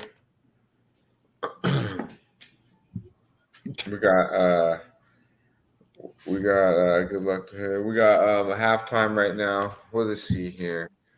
We're having breakfast right now, Betsy. What's for breakfast? Bacon and eggs, huh? You got sourdough toast or what, man? Wheat? What is it? Breakfast. Jesus. 5 o'clock. He's in Australia. 2 o'clock here. I'm so let me know why we're at halftime here. Let me know what's on the menu. I'm barbecuing for the wifey. I got barbecue chicken. I got lobster. I got a couple of lobster tails. I had a nice little deli thing going on in the deli, so I just got it. And I actually, man, I don't know what it was, but the whole time in Florida, everywhere I went, people was eating fucking hot dogs. I don't even eat hot dogs, bro. But I got some all beef dog. I might even throw on some all beef dogs just for the random guest, But definitely mad chicken, mad lobster. I made a pasta. I think the wifey made a mozzarella tomato pasta salad. Nice. So I will be on the grill after this game. So it works out good because I can chill, vibe out with you fellas. And then I can hit the grill right around the time here on the West Coast that I need to be there. So it's going to be lovely here. How about you, Mike? You cooking anything today, bro? No, I'm pretty much done. I made a nice couple of things over the weekend with the grill. Weather got nice here. We touched 65 degrees, so it was definitely nice weather to be outside on the grill. And I threw the chicken around. Of course, you got to get that going. I got did some sausage and peppers the other day as well. So it's gonna be a leftover night for me. We did the brunch stuff and everything's out of the way there as well. So just gonna kind of slow it down a little bit Sunday night here and try to get ready for that hockey game. And I hear Christopher Camatini at ribeye sound like great. Green onion, scallion. Seems like you need a little protein in there, but that's okay. So yeah, that's my story. Yeah, man, I dig it. How about Pitching Dave, man? What are you gonna do? You gonna eat with Gramps? Yeah, we'll probably order a pizza or something. It's not gonna be like a. Yeah, that's easy though. Like that's what I did yesterday. I was so tired and jet lagged. I literally ordered pizza and wings and just ate that motherfucker. Like it was the best thing. So now today, sounds great. Yeah, Yeah, despite what people think and see, and when I order stuff, I do cook myself quite a bit. But today is not one of those days. And, I'm getting a pie once a week, bro. Once a week. Like preferably I could eat a pie every fucking day, to be quite honest with you. At least 2-3 times a week for sure. But I keep it to once a week, Unless it's like maybe a hangover day. Maybe I do a live stream. I don't know. Every time I'm fucked up, the next day I want pizza, man. It's just what it is, But I'm definitely eating a pie once a week. Other than that, I cook a lot. But if I do order out, it's like certain things that really I could eat cheaper ordering than fucking making myself. Like certain things, man. Just like it's just too much. It's just like the shit it costs. It's like $30 to make the shit. And you could pay $20 to order it. Yeah. And you're not making it. You might some things I'm gonna make a lot better than the restaurant, especially if it's Italian. But certain things I'm not gonna make it like that, man. I'm not making my pad thai or my shrimp fried rice like Lucky Thai do. Yeah, I got you. Sometimes it's but nice man, we got a lot of. Go ahead, Mike. I was saying sometimes it's nice just to throw the order in and sit back and wait, right? Do what you gotta do. Man. And it's like I like if they cooking fresh, it's on point, This gyro spot I used to fuck with a lot, a little Greek spot. They hook it up. I like to order from them, shit like that. But a lot of steak in the chat today. We got prime rib, a lot of steak in the chat. I dig it. But yeah, man, a good meal with the mom or with the wifey on Mother's Day or your mother. I wish my mom was here right now. She'd be cooking a lot of shit. My girl works at a local pizza spot. I've gained so much pounds in the past year. That's just, for sure, bro. For sure. My homeboy, once he started working at pizza, I remember this motherfucker blew up. I was like, God damn. Every time he picked me up too, his car smelled like pizza. And this fool would be 5 pounds heavier every 2 weeks. Nikki Fish Tank's probably having Taco Bell. Yeah, probably. Taco Bell. I haven't ate Taco Bell in a long. I don't eat that shit. Yeah, grilling is the shit, bro. I get lazy sometimes because I don't have a grill at my condo. I actually have to walk to the grills, which they have 4 very nice grills down there. It's a nice setup, but just walking there and walking back sometimes, I'm just like, man, fuck that. And certain things I feel like just have to be grilled. If you're gonna cook a hamburger, I feel like it needs to be grilled. Yeah, barbecue chicken needs to be grilled. I'll be honest with you though, the best steaks in a cast iron skillet finish in the oven. I think you could cook a steak in the house. Yeah. I think a ribeye needs to be cooked on the grill. Okay, so that's what I was just gonna say. It's a cut of meat. A fillet or a New York strip I can do in a pan, but the ribeye I need to put in the grill. Yeah. Exactly. I can make a fucking dope ass fillet in here, but I'm not my ribeyes, nah, man. I want the ribeye and the T-bones and shit. I want that on the grill. But a fillet, I could whip it up here hibachi style, homie. Oh, I got you. Or the other way, like you're talking all, Yeah, you're in a pan and I don't like to broil steaks really though. No, that kind of just seems like it dries it out. Well, it would not, if you people do reverse searing, which I don't. I put it in there. I sear it for a minute on each side. Yeah, with some butter and some rosemary and splash it over, maybe a minute and a half. Depends on how big the steak is. And I'll put it in the oven, and I don't even time it. I know by the touch what temperature I like, because I like a medium rare. So I know how it feels when it's the right way, and take it out. So you like your steak like Dabby Cab? Yeah. I'm more of a medium well. Okay. I like my fillet a little more medium, I think, but I like the ribeye a little more cooked because it has so much fat. I think the more you cook a little bit, the better. I'm not a big guy on the fat, to be quite honest with you, but it creates so much flavor with that ribeye. A lot of people I think like their steak medium. Let us know in the chat how you do like your steak. I know my guy Dabby Cap cares a lot about how other people eat their food. Yeah, he does a reverse series, talking about it down below. That's what he does. I don't care. I don't personally give a fuck. I don't judge you how you eat it, but it's nice to know. Ways to cook it too. Mine is I just do a soy with garlic. That's my marinade usually, soy and garlic. A lot of pepper. And I'm an A1 man. I'm an A1. Some people don't like that. You know, they just like the butter. I put butter on it. If I don't do, I like butter, but I prefer some A1. I'm a steak sauce. I grew up that way. It's how I like it. The filet with the sauce, Mike. Guys got it all Lamb. figured out. He likes the lamb down there. Lamb is fucking awesome. I love lamb. Oh, my bad, JPZ. I just got this. I don't know how long. My fault, JPZ. I'm going to send this to you right now. Here he is. All right, we're you guys getting nervous yet? 6.5. We're up 3 halftime. What are you feeling? How you feeling about the second half? I know you're feeling all juiced up. You're like, yeah, you're real comfortable somehow, some way. I don't know why. Hopefully you're still around, PZ. My bad, my guy. I'm good with it. 6.5 is a good number. You played that well in the first half and are down 3. Yeah, and they just came out and bombed a 3 right off the gate. So tie them up, boys. Fucking, you're ahead of me, huh? I'm sportsbook watching.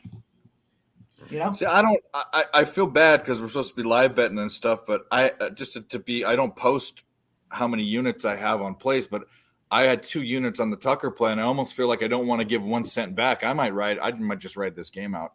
I don't feel like there's an edge on either side with a side, and the total. If you wanted the total either way, I think it's already dead. Yeah, Worcestershire sauce. I like that too, bro. I like that too, G. I like that on my burgers, but I do use that on my steaks too. Yeah, Tobias Harris fucking splashed that shit in the corner. Salt. Yeah, I'm good with the 6.5. I'm good with money line. Sure. Yeah, steaks. Yeah, salt, pepper, and garlic. Yeah, I do soy.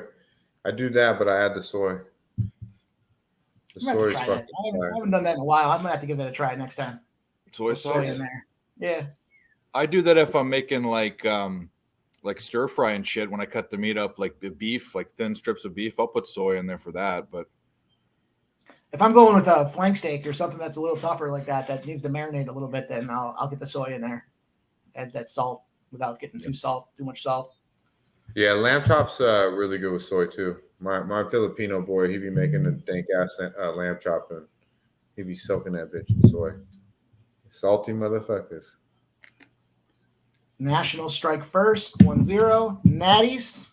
We got 53 people in here. We appreciate you joining us on a Sunday with the late notice. If you would share the video. We got a big second half here. Game 7, Philadelphia 76ers in Beantown. We got a 2-point basketball game. Jaylen Brown looking to score here in a tough shot in a brick motherfucking city. 76ers third quarter, our guy Jimmy G dropping some knowledge. Third quarter money line plus 106 for 1 unit. He's already been cashing on this show, so pay the fuck attention. We got Joel Embiid looking to attack Al Horford right here, but he is thinking about it an awfully. Look at that. That's what happens when you think about it that long. You allow Marcus Smart to in there and smack that shit. I'm like Jimmy G with that. I roll the spots over. You know, if you hit a good first quarter, first half, you got some extra money to play with there. You know, I don't want to be down units, but I certainly some rosemary. take a bomb. I put soy in my on my barbecue chicken with the in the sauce that I make.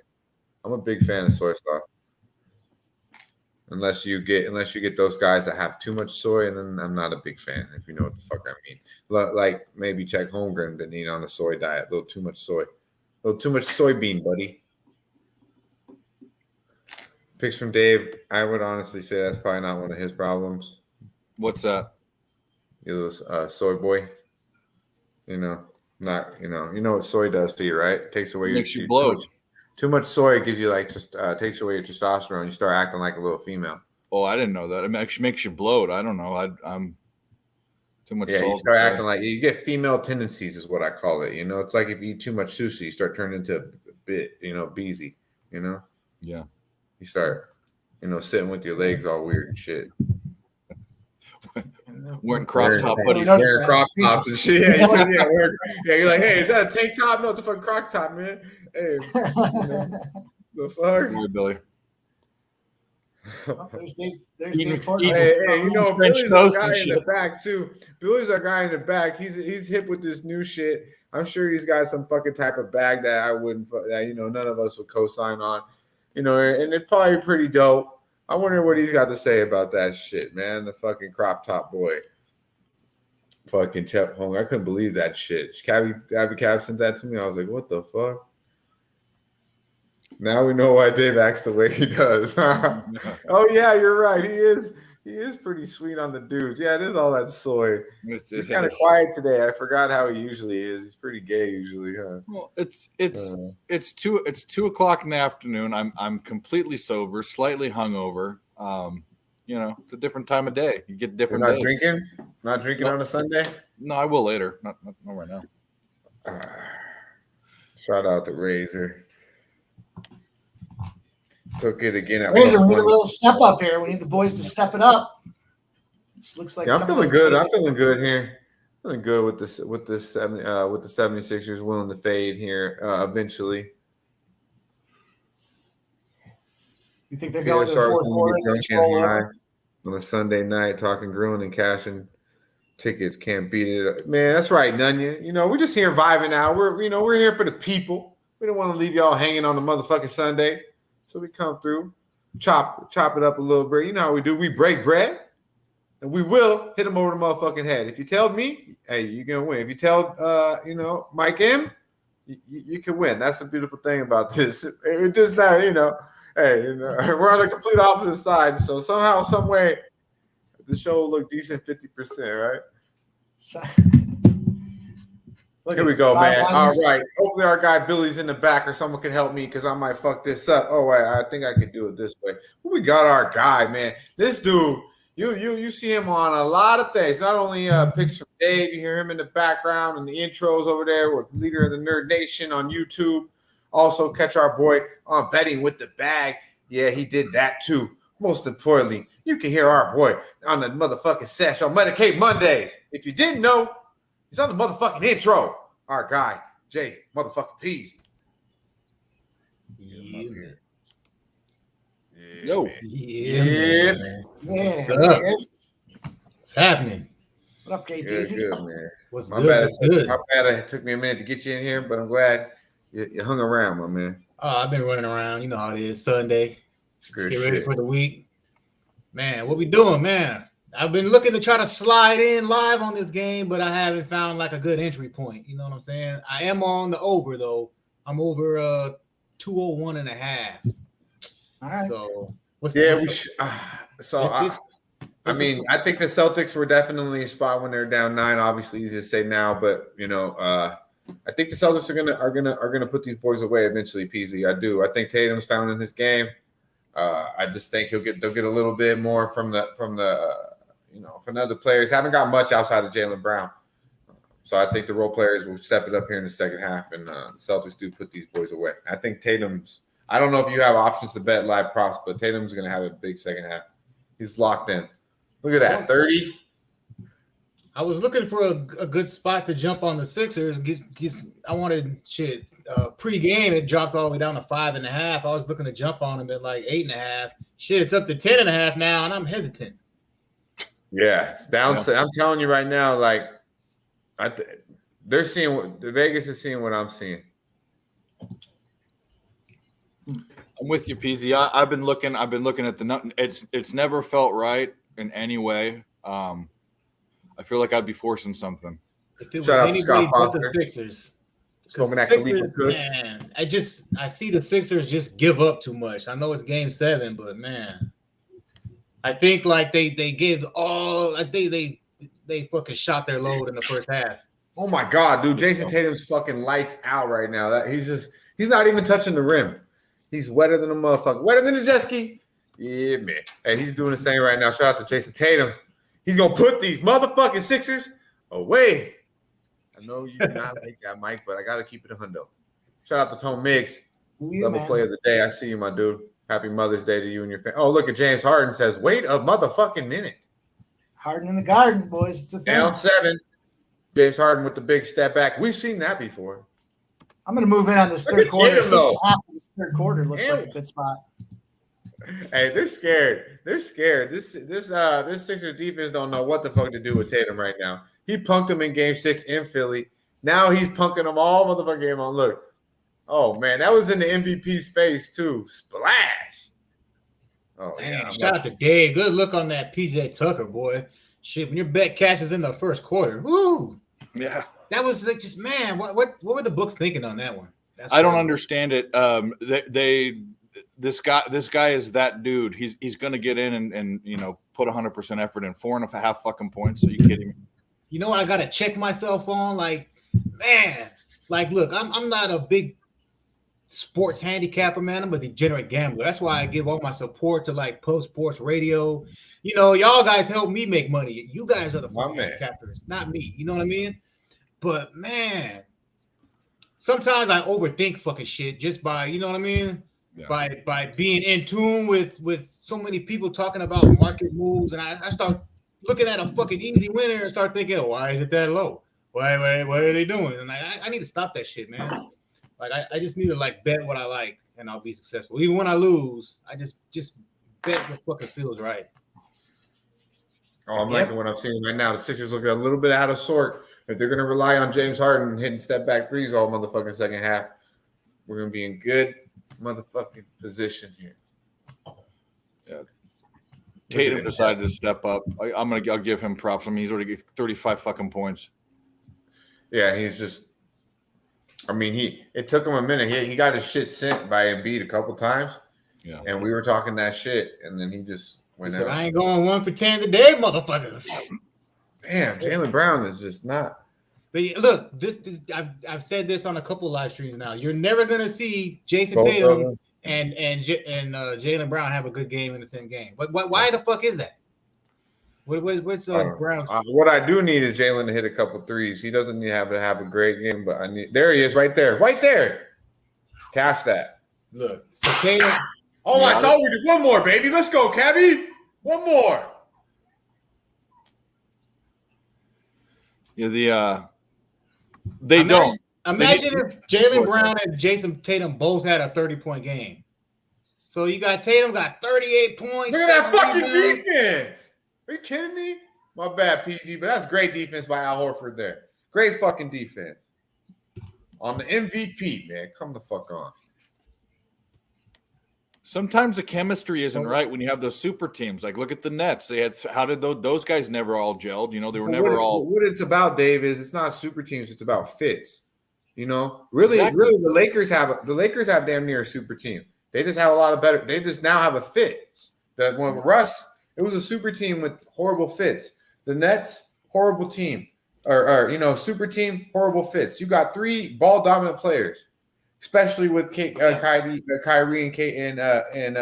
and Harden, both are defensive liabilities. Yeah, you see what I'm saying? Like, you can have super teams. You need to have teams with fits. You know what was a super team was Boston, but they had perfect fits.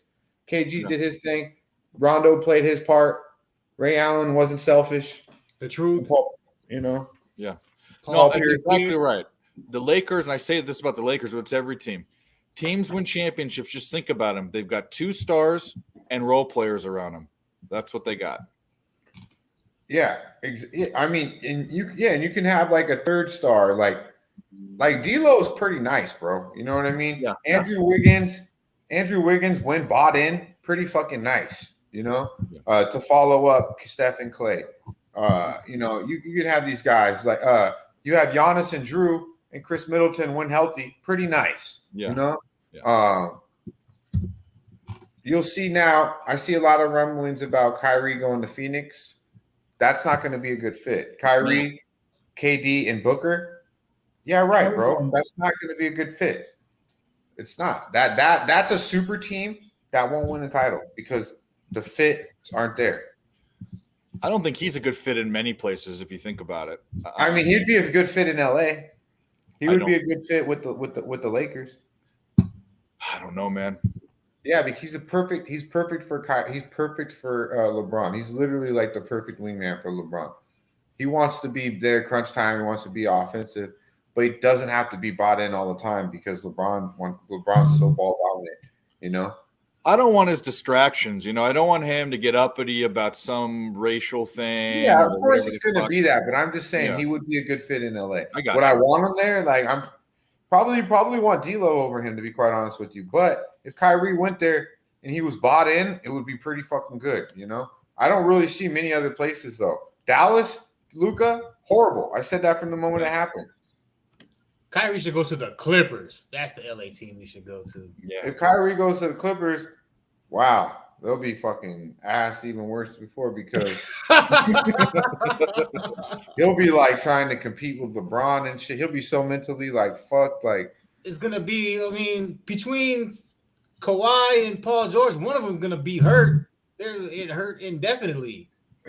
and now Russ is there too. Like I don't know about the Clippers, man. The Clippers to me, they have like the most talent on a roster that just doesn't make any sense. Even when they made the trade, they went and got Bones Highlands and shit. I'm just like, they just went and got another wing player. Like, I don't get it. He needs to go to some team like like a team that doesn't have anyone, like the Kings used to be, or like Houston or something. Just be the dude on a team. That's what I think he needs to do. Houston? Kyrie to Houston? Yeah, and just where he's the man. I mean, Okay, I don't just sign off on his career and be like, all right. Yeah, that's what I mean. That's kind of where Kyrie's at to me, is he's on the back stretch. I think Kyrie, like, well, I agree. There's not many places I would want him because he's going to just fuck up the team. Yeah. I think he could be in LA because LeBron controls shit. That's a good point. And that's why. And it's like, what's LeBron? What about the Magic? He can go down there. They got fucking a bench. yeah, here. but he's not. He's just gonna fuck up that team. Yeah, he did the same thing with Boston when Tatum. He had Tatum and Brown as like rookies. He's like Russell Westbrook is, but not quite as bad. That's what he's like. He can shoot. He's like Russell Westbrook. Honestly, personally, I think Russell Westbrook is better. Is a better teammate. Okay, Is a better leader and a better teammate. Well, so I think Russell. I think right now we could think of more places that Russ could play than Kyrie. Okay. Where's Kyrie from? Now I think Kyrie's overall probably a better player. I think he's from Carolina area. There you go. Come on, cash it, baby. Fuck yeah. Let's go. Let's go, Dabby Cap. Woo! Cash that bitch. Cash that bitch. He was born in Australia. Jaylen Brown. Yeah, man. Now we're looking at the 76ers plus 16 and a half points.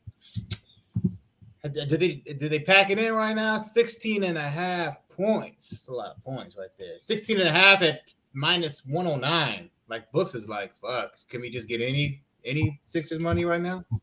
We'll take any. We'll take anything we can get. Kyrie was born in Australia, but he grew up in New Jersey. Because see, Russell Westbrook's thing is he's an LA kid, you know. Yeah. Well, yeah, UCLA, LA all the way. I don't know. I'm just glad he's not in the Lakers anymore. That was the worst. The Jersey. Let's go. Cash that shit. I had to run that shit 3 times for the 3-point prop. You know. Let's fucking go. I think it's a wrap. I don't even think the Sixers fucking. I don't even fucking bet props like that. I really haven't been doing, but I really like this one. What's up, bro? Damn, Mike, you had the Warriors and the Sixers, and they both gonna get beat by like 30 points. That's crazy. Guys, run it up. Go stand in line to cash those tickets, boys. I'm on the over. Just keep. At least the Sixers can put some fucking points on that. Add to this. Look, Dutch is calling his bookie to see if he'll give him an early cash out because he's shook. He knows what's going on. Oh man, the Sixers are done. Can you cash me out early so just in case the Sixers come back? In the fourth quarter, let's see. What's the fourth quarter is looking like for this? It might get to a point where I get interested in that pretty soon right now. I'm going to wait to the end of the quarter. With like 16 and a half points? Yeah. We're at 18 now. Jump on in, Dave. 18 and a half. It's legal. It's over 18, dog. It's over 18. It's legal. I'm getting 16. And it's still juiced to the Celtics, man. I don't know. Yeah, it might hit 22. Then deuce. Let's fucking go, man. And hopefully y'all were paying attention in the chat as well. But we said it, man. I fucking said it, man. Boston's gonna come out here and run these boys out the gym, and that exactly looks like what they're fucking about to do here. Up 20 motherfucking 1. Let's go. Cast the Jaylen Brown props. Hopefully everyone in the chat is cashing. We gave that out early. Me and Dabby Cav's first collab play that we've ever done together, and we are now 7-1 together on the sesh shows together. We rock it, man. So show some love. Let's run it up. Hit the like button. We're going to continue to cash right here on Puff Sports Radio. Mike M, we'll get all these. Let's get these props in for you because you gave a little bit of money away here on the Sixers here as a fanboy. I mean, it fucking happens. Yeah, I'm like, glad, 19 and a half not live. I ain't touching these Sixers, man. JPZ, I'm glad he was hesitant on that Sixers bet. Hey, I jumped in on the Warriors at I got plus 9.5, and I thought that was slick. I was like, hell yeah, and fuck. Yeah, I'm loving it. 24-3 run. When they're giving you 19 points and you're like, I'm cool, then man, that just tells you. And we almost, and Dabby Cat wanted to go on the 3.5 too, but I was like, nah, I like the Jaylen Brown. He liked the 3.5 with Tatum too. So good call there, my guy. Good call there. You could have live bet the Celtics at plus money at a point in this game. Think about that. Scott Fosh is going to control the game and how this is. This game, I will see. I wouldn't be surprised if you see it get down a little bit here, but I do think this game, man, this game is not over. But it's just the thing I hate in general about the Sixers is once you see them, this is just the Sixers, what they do. When you see them just get down, they don't ever have the heart to just come back. Maybe they have. I don't know. But this isn't Boston's hometown, so I feel like I do. But I just see the Sixers give up. You just watch them give up. It's fuck. Let's man. fucking go, man. I need this one. All you guys can suck a big. You know what? It's not over yet. Sit tight. Fucking see what happens. We've seen it before. I'm looking at the Sixers team total. 91.5 seems crazy right now. I mean, 30. These Sixers can't even help me get over this fucking 6 points in the third quarter. Come on, man. Look at the live game total is back to 201. Are the Sixers even shooting? What's going on here? So. They're just out there running. They're just out there running around. Think about this. They got 6 points in the third quarter. They came out and opened up with a 3. That's how great they're doing in the third quarter right now. You got Daniel House taking shots. 8.5 minutes of nothing. 3 points. God damn. You know what they say? You can't win if you can't score. Embiid 0 for 3 from 3. Why is he even taking 3? That doesn't matter. That doesn't matter what sport you're looking at. You can't win if you can't score. If this gets up over 20, I'm going to really start considering it. I mean, I think PJ Tucker got more points than Embiid right now.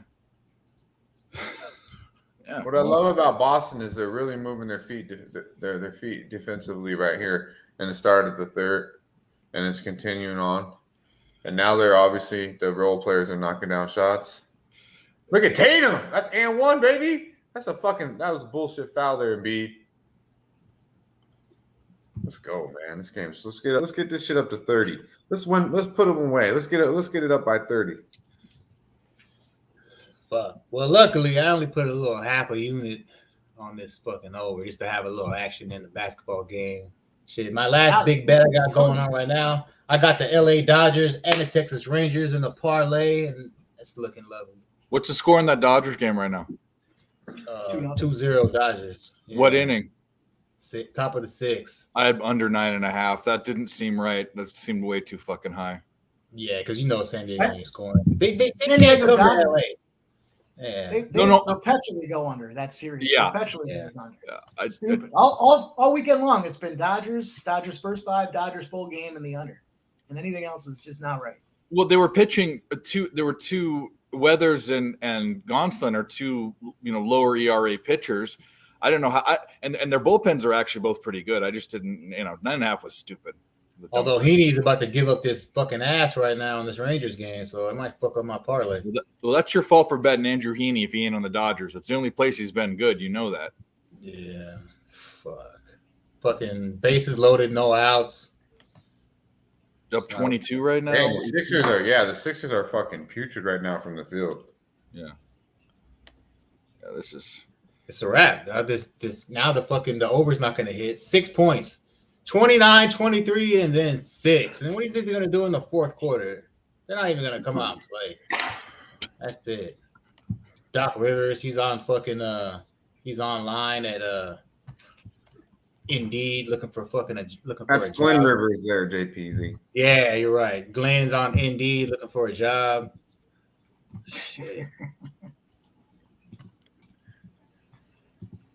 Wow, live total 198.5. That's fucking terrible.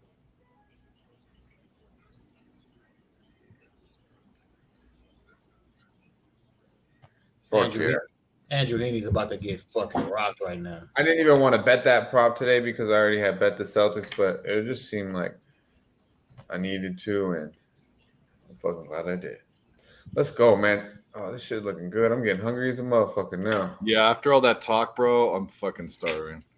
I'm like, they're showing all these food commercials places I don't even want to eat, and it's like I'm hungry. You don't need a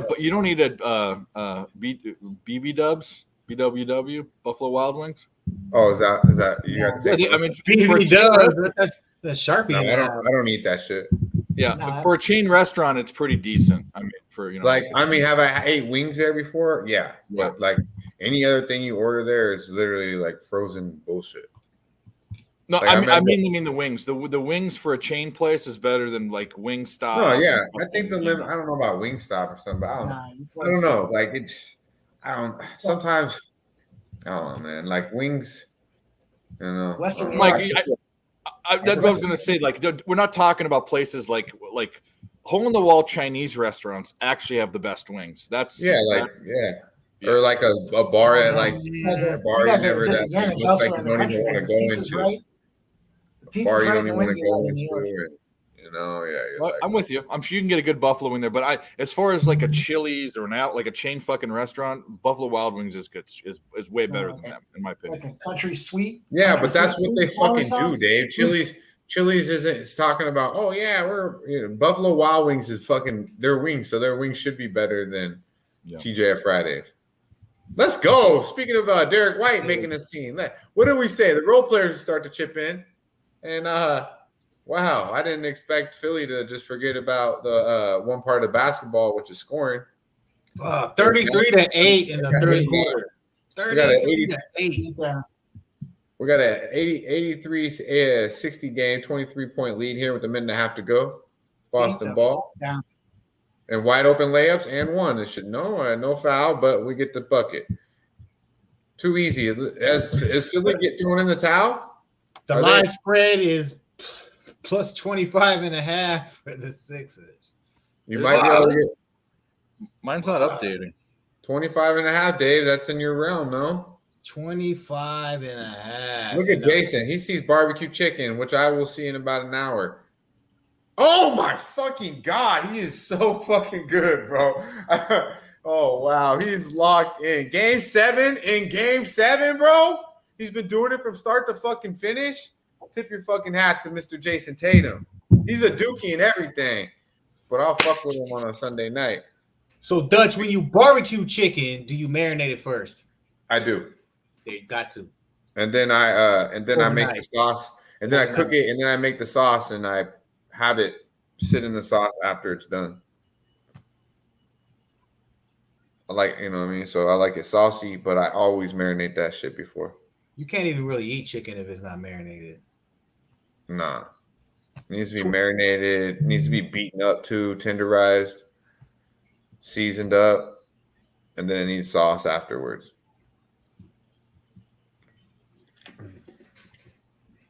And I like my shit like with grill marks, a little black. I like it. Little flavor. It's almost dinner time here on the East Coast. You guys are killing me. Man, you know what? You know what's a nice new little marvel since we talking food shit? The air fryer, dog. The air fryer. Oh yeah, you like the air fryer? I haven't got into it as much, but I know people that swear by that thing. It's nice. It cooks fucking potatoes and veggies ridiculous. So I go. But if you're doing fresh food, then maybe you're not gonna see a difference. But if you must like throw something from the freezer, air fryer. Those potatoes come out popping in there. I know that. Talk about chicken wings. You buy your chicken wings from the store, marinate them overnight, and then toss them in the air fryer. That's where it's at. Costco got some fucking wings that you don't even got to marinate them.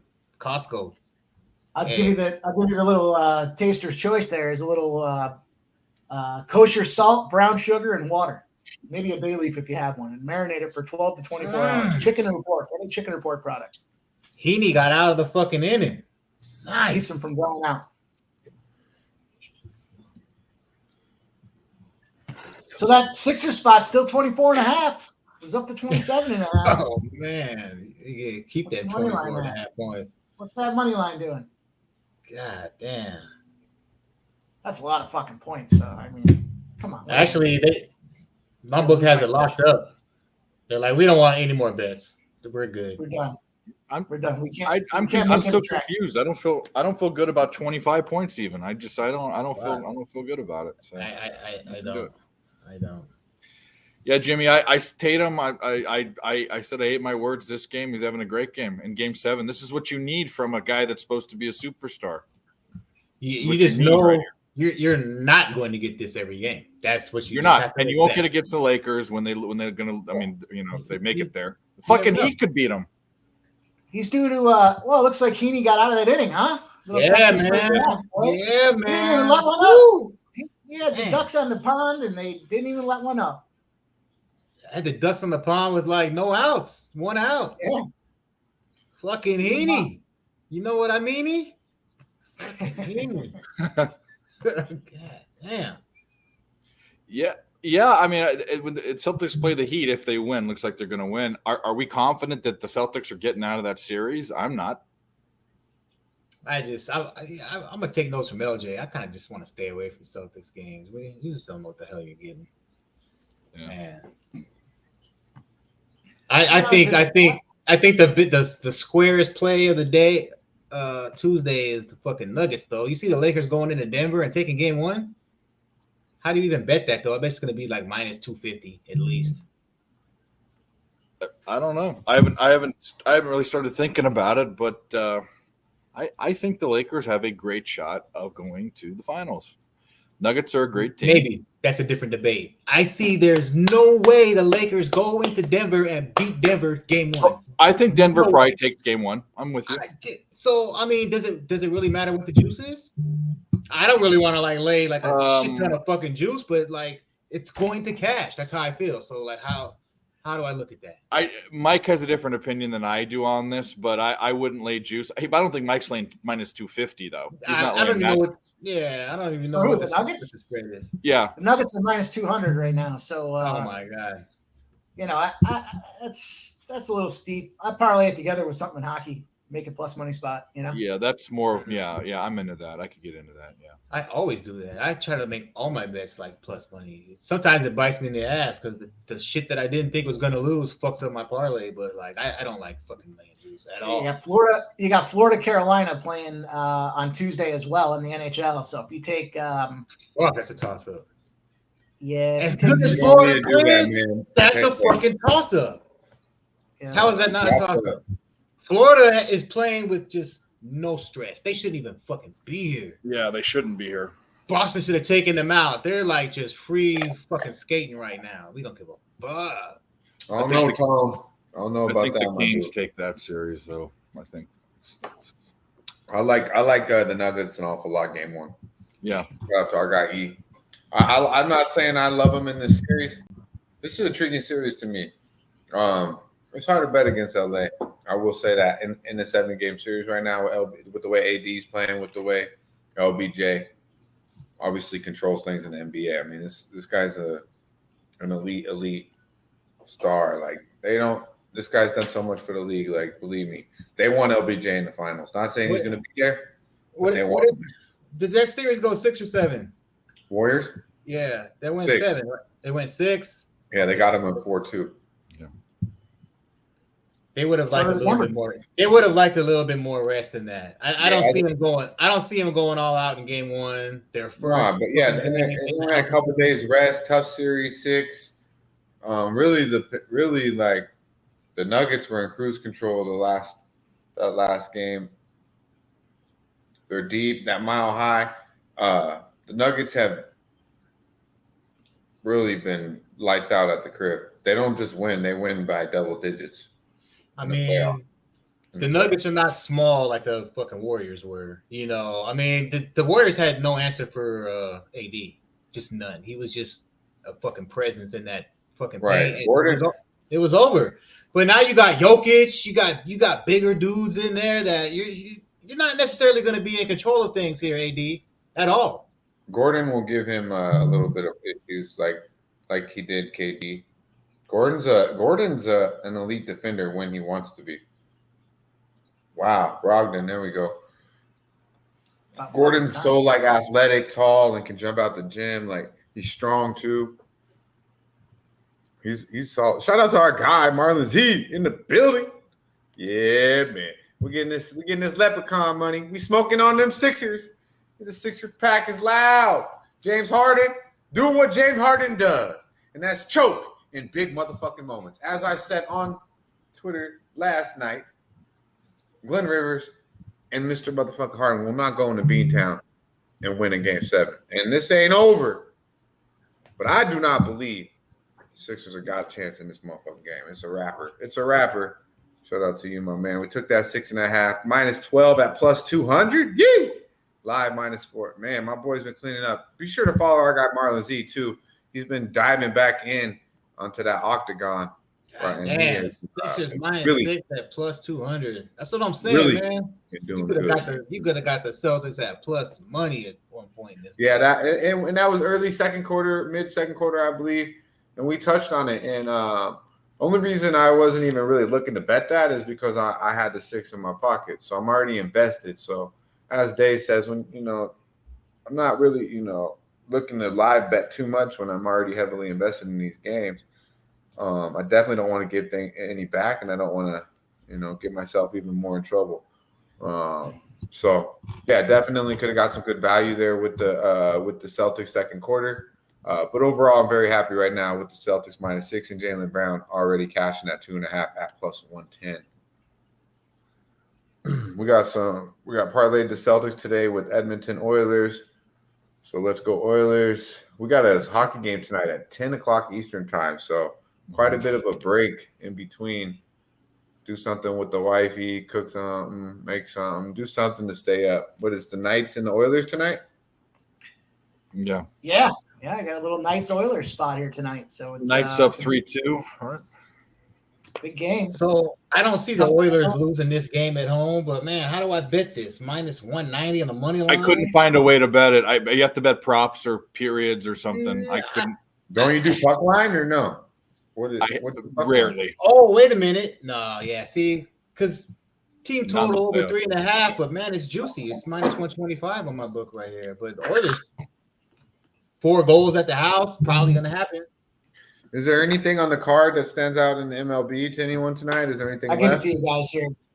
Both teams to score in the first period in that Edmonton game. Plus 130. See, Both there it teams is. to score in the You'd have first a period. bet. I'm going to tell that. I need to find a way to bet that game. Say it again, Mike. Both teams to score in the first period of the Oilers game is plus 130. It's been cashing in the first 5 minutes of the first period. So Yeah. they play a 20-minute period. There you go. Real Plus men in money real sports straight. play 20-minute periods, and they're playing 20. And they're doing it at plus 130. They're scoring in the first 5 minutes. Both teams. Usually one team scores, the other team comes right back and pops it in. So that's the spot. That's a plus money spot. Get your action and get out. It's a late game. There we go. Look at our guy. That's the machine, Mike M. Pimp Sat Plate of the motherfucking day coming through. You ask and you shall receive, Peasy. That's how you bet the motherfucking nightcapper on the ice. Go with your gut though, bro. Go with your motherfucking gut. With this MLB game, I don't know whether to just fucking rinse, wash, repeat with these overs and these Red Sox games in Fenway Park, or I kind of want the plus money with the Red Sox, but man, this 107 hasn't moved all day. Now, see, that's what I'm overthinking, like trying to think like these like fucking handicappers and shit. I just like the Red Sox. I want to bet the Red Sox at plus money, man. Talk me off of it. Mikolas is better on the road, and the cards are favorites, right? It's kind of weird that a team that's been playing that bad is a favorite on the road, especially with a pitcher that's they've won both games this series so far. This is the third of the series, right? So that's why. Yeah. I mean, just what I'm trying to say is, I mean, we'll look at the last 10 games, look at the last 15 games. They just won a couple games. I mean, so what? So this is Corey Kluber. You've already taken both games of the series, and your favorite is like they're minus 117. There's Kluber at home is like Kluber's, like Greinke splits where away is bad and home is good, kind of thing. Kluber's the other way around. Home is bad for Kluber. Mikolas away is better than he is at home. So you have a pitcher that's pitching better away, a pitcher that's pitching worse at home. Both of them give up runs. I don't hate the total. The last 14 days, Boston Red Sox are 175 WRC plus against right-handed pitchers. Well, there you go. For the over. Yeah. That might be the way. Yeah. That might be the way. It's juice to the over. You know what? You might have just talked him in the first 5 over, because if the Red Sox, if you're so set in the Red Sox, Kluber's gonna give up runs too. His ERA is like he will give you. He gives up 4 runs like that's an automatic. Yeah. So automatic 4 runs. So I don't really know what the Cardinals bullpen looks like here. Has it been used up these last couple of games? I don't know. Another runner right now. I'll tell you what, the Red Sox are just a red hot over team right now in Major League Baseball. That's been one of my go-to bets all season. Preseason too. They're playing Boston, or they're playing the Cardinals, who we know give up runs. So whether or not one side's got a particular advantage over the other is probably Jimmy G considering the pitching matchups. Hey, but it's 4-0 Dodgers. 4-0 Dodgers. Let's fucking go. There we go. Dodger Blue in the building. We got a lot of Dodger love in the chat. Jimmy G liking the over 10 in the Red Sox game. Says it's good money, my guy. North Ender AD gonna dog this Goofy. Yeah, man. I mean, AD should be able to do what he wants. We know Joker's a liability in the pick and roll as well too. So definitely you'll see Lakers exploit him. Darvin Ham has shown he's not a horrible coach. I knew he was a great motivator. But he seems to be somewhat liked in the locker room as well. I don't want to say he outcoached Steve Kerr, but he definitely was up to par with Steve Kerr. Let's see, take the Sox or if they're down, they come back a lot here. Our guy Armchair MMA giving us a lot of talk about this Red Sox game. When I bet overs in baseball, I really like betting over. I like that number to be around 9.5 at the most. Once we get to 10, I don't know. So this is what I'll do. I'll look to live bet it, and if they fucking score in the first inning, then I just missed the bet. I'm not going to be committed to it pregame. So if we can get out of that first inning and I get a nice 8, 9.5, 9, something like that.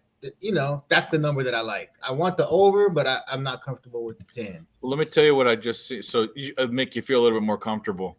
Both bullpens aren't that good. They're the past 2 weeks.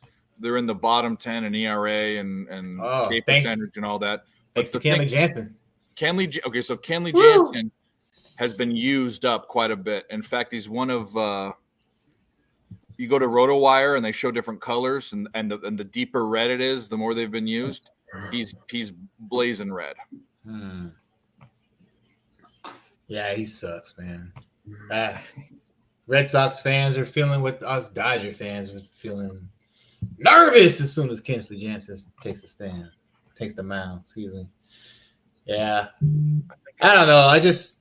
I'd rather just make the bet that I want to make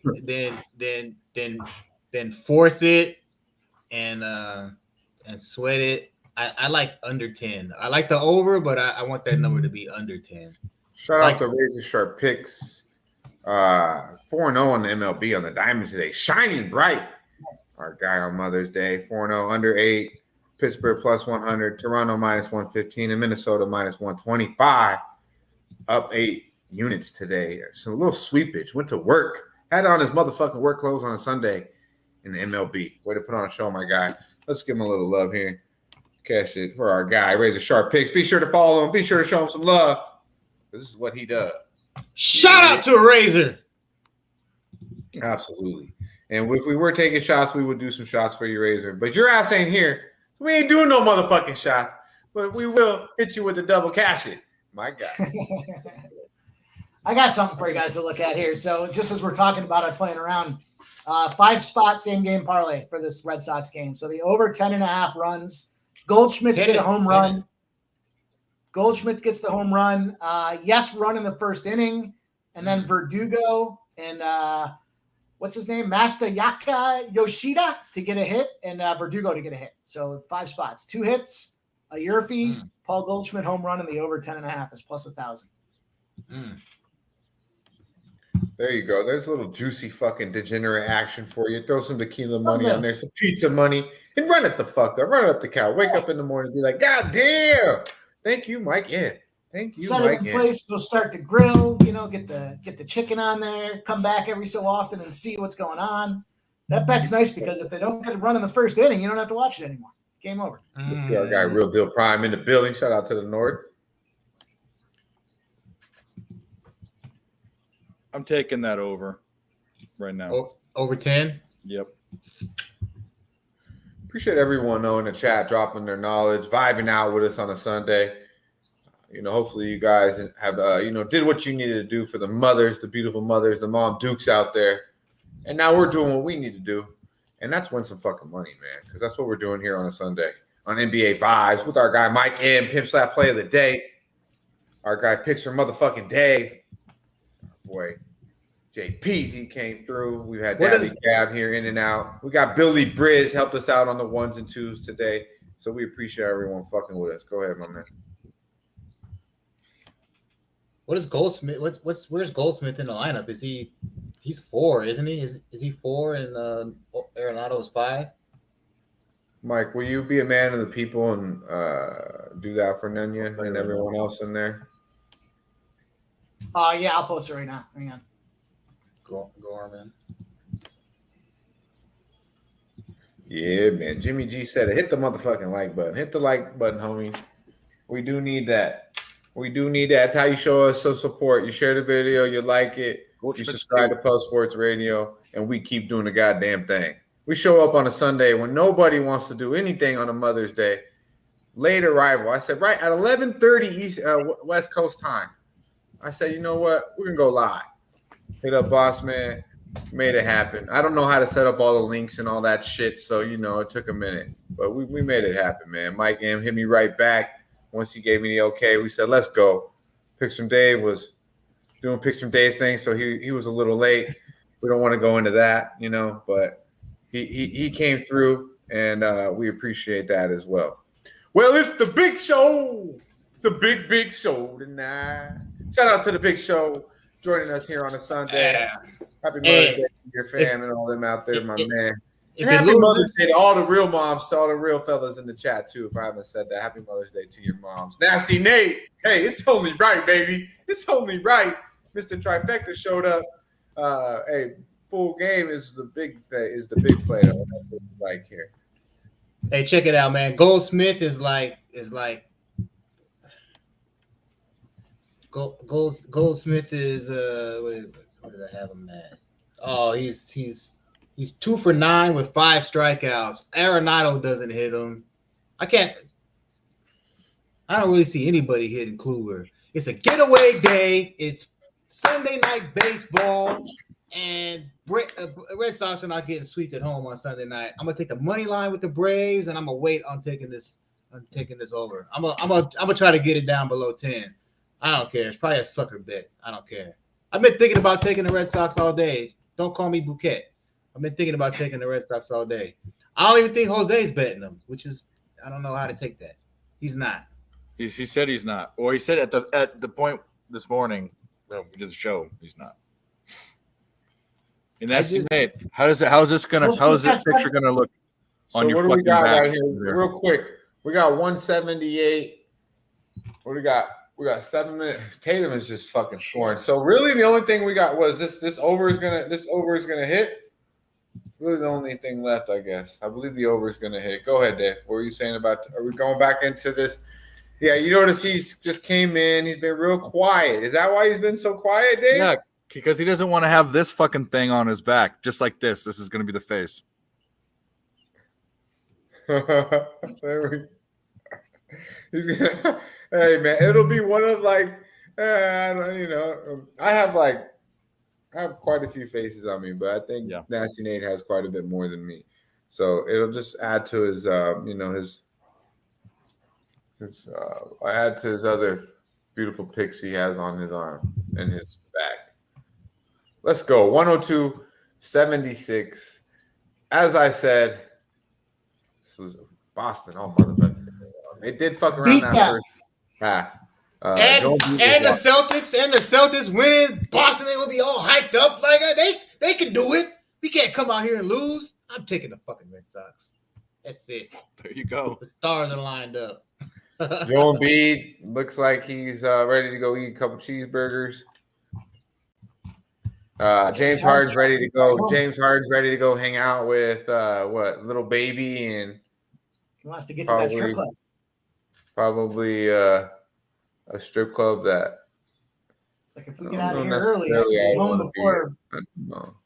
James Harden's the biggest trick in the world, man. He makes it tough for other guys like, trying to have a good time. It's hard to have a good time. James Harden in the motherfucking building. This guy's over here tricking off his whole fucking salary and shit. Shit. Phillies came back and won. One of the sports teams in Philly won today. They did? Yeah, shit. I don't even see how it happened. I'm just looking at the final score. Shit. So we got a sweater here. So Phillies didn't win today. Phillies lost today. I'm looking at yesterday. My bad. Yeah. Yesterday. You can't get nothing past Dave. Can't get nothing past Dave, man. No. This guy's a fucking. No, Dave was on. Best bet of the day was the Rockies. Oh yeah, no, it's fucking 4-0 today. Yeah. You're right. I'm on the wrong date. 26.5. The over-under's off the board for me here. Anyone have a lot over-under? I just think my over is not going to cash. 5 minutes left, and 202.5. You're still there. Yeah, you're way in. So this is the sweat we have right here. Is the over/under for a lot of people I know actually were on the total. Oh my God, Jalen, you missed that dunk? Come on, player. At least you got the 3 from, but you got to get that dunk. Yeah, this over is going to be the sweat. The total is going to be the sweat in this game because obviously, from a side perspective, we know what's going to happen. So we will see here who's going to be cashing the over. I believe we have a lot of people in the chat on the over. I do know some cats are on the under as well. JP, so you're on the under? Over 201.5. Over. Mike M, you had a total play or no? No, I might grab that 203.5 and go with the under though at this point. What'd you say you had 202.5, JPZ? 201.5. Yeah. Yeah. We haven't seen that thing tip over 202, maybe a little bit, but that seems to be the ceiling. The tattoo bet. Go ahead, PZ. Are you taking it? Nasty, is this your official? Are we booking this bet right now? Go ahead. And for anyone that doesn't know in the chat, if Nasty Nate does take the bet, we'll have Dave go over it again just to let him know how serious. It is a pretty good bet, but I don't know. That's why I think Nasty Nate's kind of quiet. He didn't come in here talking his shit. He's been, I don't know. He's been well behaved today. Yeah, man. He's been well behaved. We've been well behaved here today. Nothing, no slippage. We got on Chet Holmgren a little bit, but I believe we kept it PG. Picks from Dave is been, probably about as gayless as he's going to be, I think, Well, the word for that is heterosexual. Oh, okay. Yeah. I don't know. I was trying to keep it. I was just trying not to say some shit that I know I'm not supposed to say that comes out a lot, but can't come out when I'm signed into fucking YouTube. Okay. Yeah. So, for all the people that like aggressive women, if you guys want to watch an aggressive movie tonight, you can watch Mother. I wouldn't recommend having any women watch it because they're just going to be more aggressive. My wife watched that shit last night. I was like, what the fuck are you watching? So it's a new J-Lo movie. Oh God, yeah. J Lo is a trained assassin. Stop it. Yeah, it's like, dude, what's all this aggressiveness? And then my mom calls me and goes, "Honey, I watched the best movie last night." The best movie. Yeah, she goes, not a movie. This mother, I got 40 minutes. I got 40 minutes left. I go, oh my God. Wow. And then my wife goes, "You're not gonna like it." She goes, I go, "I don't think he's gonna like it. He doesn't like aggressive women." So she said, "Bro, he doesn't like it." Exactly. My mom goes, "Oh, we can't just shine for a minute," and I just started laughing, bro. Shit was hilarious. Nate, it's on video. It's on video. The bet Friday night. I can go back and clip it in YouTube. It was definitely not for this game. You know exactly what the bet's for. What the fuck are you talking about? Oh shit! See, here we go. Dave started the show with this, and Nasty Nate doesn't even remember it. Yeah, I could go clip it for you. That I said it's for this game. Yeah. Dave didn't even have a fucking pick on this game. Oh, that's hilarious. The live lines were all traps. Not necessarily, Andrew. We didn't make anything official here, but definitely, if you paid attention to the show early, you could have got some spots with Boston early. There was no need for me to bet it. If you could bet live props at any time from second quarter on, Jason Tatum's name was brought up. So, and he has done nothing but continue to score each every quarter. So, I don't have live props, so I'm not going to say, bet it, or I bet this. I don't have options to bet live props. So, that's not official, but we're here to break down the game, watch the game. We gave you guys, we did get plays out pre as well. So, I know I'm not talking shit. I know we're just making money, bro. I'm just pointing out some shit. But yeah, we're here to, we would like live plays, but I'm not forcing shit. I'm very happy with the outcome, but I do believe there were still spots in this game where you could have got played live. Not if you were on the Sixers at any means. If you listen to Mike M, sorry. No, I'm saying. Tatum put up over 50 today, right? We were talking about that in the first half. What's he going to do? Put up 50? He did. He fucked around and put up 50. He's going to get it back for you, though, in this 5-teamer tonight.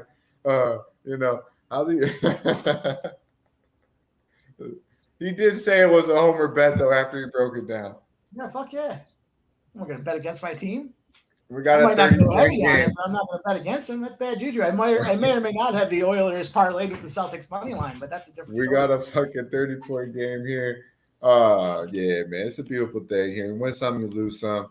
I just, Philly's chance was clearly Game 6. They played outstanding to win that game pretty much until it counted, really, Joel Embiid cried about not touching the ball one time in the last 4 minutes. He didn't really look too aggressive from an offensive perspective here in the first half. He was definitely dialed in on the defensive end. You're the MVP, man. You have a very clear matchup advantage in this series. I mean, in the regular season, you're dropping 45, 50 points to get this team. We didn't see that here in this series. So is he fully not healthy like they had mentioned? Maybe. But it's kind of what we expect from Joel Embiid to not be healthy. 10 points in the third fucking quarter. I mean, game over. I mean, but it's what we expect from Joel Embiid, though, right? Not to be healthy, not to be there when it counts. Kind of like it's what we come to know is he's just not going to be healthy. Good luck, if it's bad luck, it's bad luck. But this is what we known of him. And then in James Harden perspective, what does he do in the playoffs? Has he had a good series? Okay, but even in the series, he's been woo-woo and what the fuck. So the turning point of the game was the hand job that Tatum got in the second quarter. When Tatum got that hand job in the second quarter, that changed everything. And then we're talking about Glenn Rivers, and then we talk about Glenn Rivers. What has he done in the playoffs? What has he done in Game 7s? So they should have came down and fired his ass in the third quarter. Yeah, he needs to go. The writing was on the wall for me. Let's get these Mets. What'd you say, Dave? He needs to be one of those guys giving out the little samples of barbecued pork, like frozen barbecued pork at Costco. That's his next job, bro. Well, I mean, he only got one title with the Celtics, which to me is embarrassing. He's overrated. I've said that to you guys. I don't think he's that great of a coach. He's a good coach. He's not fucking. I think we lack good coaches in the NBA, and I think that's why he still has a job. But I don't think he should be getting the jobs that he's gotten. Would I be upset if he was as the coach of the Charlotte Bobcats? the Charlotte Hornets, whatever, like Yeah. I could see that. But for you to be a coach of a Sixers team that's got enough talent and should be competing for a title, like I don't see it. Look at Monty Williams, like he's a good coach, but you get blown the fuck out and clearly out coached in the biggest moments. Phoenix did what they should have did and fired his ass. Yeah. The stats don't say it, but if you watch basketball, you could clearly see he's in over his head in the biggest moments. Game 6 was a problem because they had 2 wins in Boston. You get 2 wins on the road, Sixers. That was it, bro. I told you, I hate to say that. I told you, but yeah, game 6, that was Philly's game to win. You choke it away. You let Jason Tatum rip your fucking heart out. And what did he do here? He just continued to stomp on that bitch. Yeah, he had 1 quarter last game, and the 4th quarter was a big one, and then he was just locked in, dialed up. Yeah, I mean, he started off a little rough this first quarter, and then that second quarter, he flipped a switch, and he realized. We got some fighting words. So we got 196 here as a total. We're going to be sweating down here. We got the total. Bradbury, Bryce Harper, Harden, City of Chokers. What is this? It's going under. We need 6 points in like 49 seconds. Some shit about Philly. They're going to run this clock out. If it was a tight game, it would go over. But stop calling Jose Young Jose. Talking about like gay stuff. That just sounds so wrong. Young Jose. Like, yeah, I don't know. They got some weird shit going on, I think. We all know what's going on. They get tattoos and shit together. Nasty Nate's my boy, but I don't know about that. But hey, we all like, we all like the fondle Venezuelans. So I mean, yeah. Well, Jose got I'm sure we've all had a thought of fondling the Venezuelan. Just maybe some in a different, different, maybe a little different, maybe in a little different, look. But let's see here. This under is gonna hit. Shout out to Ron Artest in the chat. So yeah, Ronnie. I see that. Meta World Peace. Met that guy in Vegas. Cool, one of the coolest experiences of my life. Yeah. So I don't think it's there anymore, but the ghost bar that was up on top of the palms, Hell yeah, that by the fucking they had 3 bars up there: the ghost bar, the rain, and one other one. Yeah, but that was when fucking Vegas was Vegas. God damn it. That was a shit. So 2005, I'm there for my buddy's 21st birthday, and in comes this big, tall basketball. He was a basketball player, but then and he wasn't Meta World Peace. This was a year after the punch in the, what do they call it? The Malice in the Palace, right? So comes in with a fur coat on. It's August in Vegas. Comes in with a fur coat on with 2 blonde chicks. Walks up, sits down at the bar. My buddy goes up to him. He's high as a kite on something. Don't know what it is. Pulls his fucking CD. This is when CDs were still around. Pulled a CD out of his fucking fur coat. Tells my buddy, and I don't know how my buddy got into this relationship right away after 5 minutes of talking, but he gave him a CD. Went up to the DJ, was an open DJ booth, and the DJ was the twin brother of Pedro from Napoleon Dynamite. He has a twin brother. So anyways, your favorite movie? Yeah, exactly. So he goes up and he gives him the CD. You know what the CD is? It's Ron Artest rapping. Nice. It was the funniest shit ever. I remember he's trying to rap. Yeah, I remember that. Yeah. So there you go. Funny, I met so many basketball players in Vegas, bro. Like they all come here, like from big ones from KD, to LBJ. Like KD was the coolest motherfucker I ever met. Like he talked to me like just normal. And I was walking into SW Steakhouse. It was, because they do the USA Olympic, they fucking practice here and shit every summer. Coach K, Kobe and his wife walk out. Like you're like, you can't even, like, they don't even look, they just look straight forward. They don't even acknowledge you. Then as I'm leaving the steakhouse, Kevin Durant's there with like 4 of his dudes, his entourage. So I stood out there and talked to him for like 10 minutes. He's cool as fuck. Like we talked about, it was the year that they moved to Oklahoma City that year. He's like, I don't want to leave Seattle. Just a humble ass dude. I was a big fan until he went to Golden State, to be quite honest with you. That was weak as fuck. And then he's only kind of continuously. But honestly, the most genuine dude I've ever met, personally was him. Mike Tyson was cool as fuck too. I met him at the Pearl at the Palms. I met up, Cat Williams, the Cat Williams show. Yeah. Big. Yeah, A lot of people go there. Met Mike Tyson was cool as fuck. And Floyd Mayweather. I met him at the South Point at like 4:15, 5 o'clock in the morning.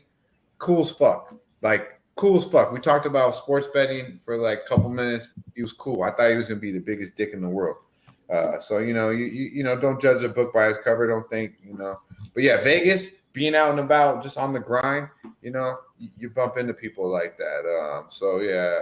Tyson's out there. Never asked to take a picture. I don't ever give a fuck about any of that. But to say I wasn't happy to meet some of these people, I'd be lying. I thought Mike Tyson would be a straight dick too, but I remember he's checking out. You know who was a dick? Vanilla Ice. I was at a craps table. Vanilla Ice comes up. It's a lower limit craps table, so he's hurting for money.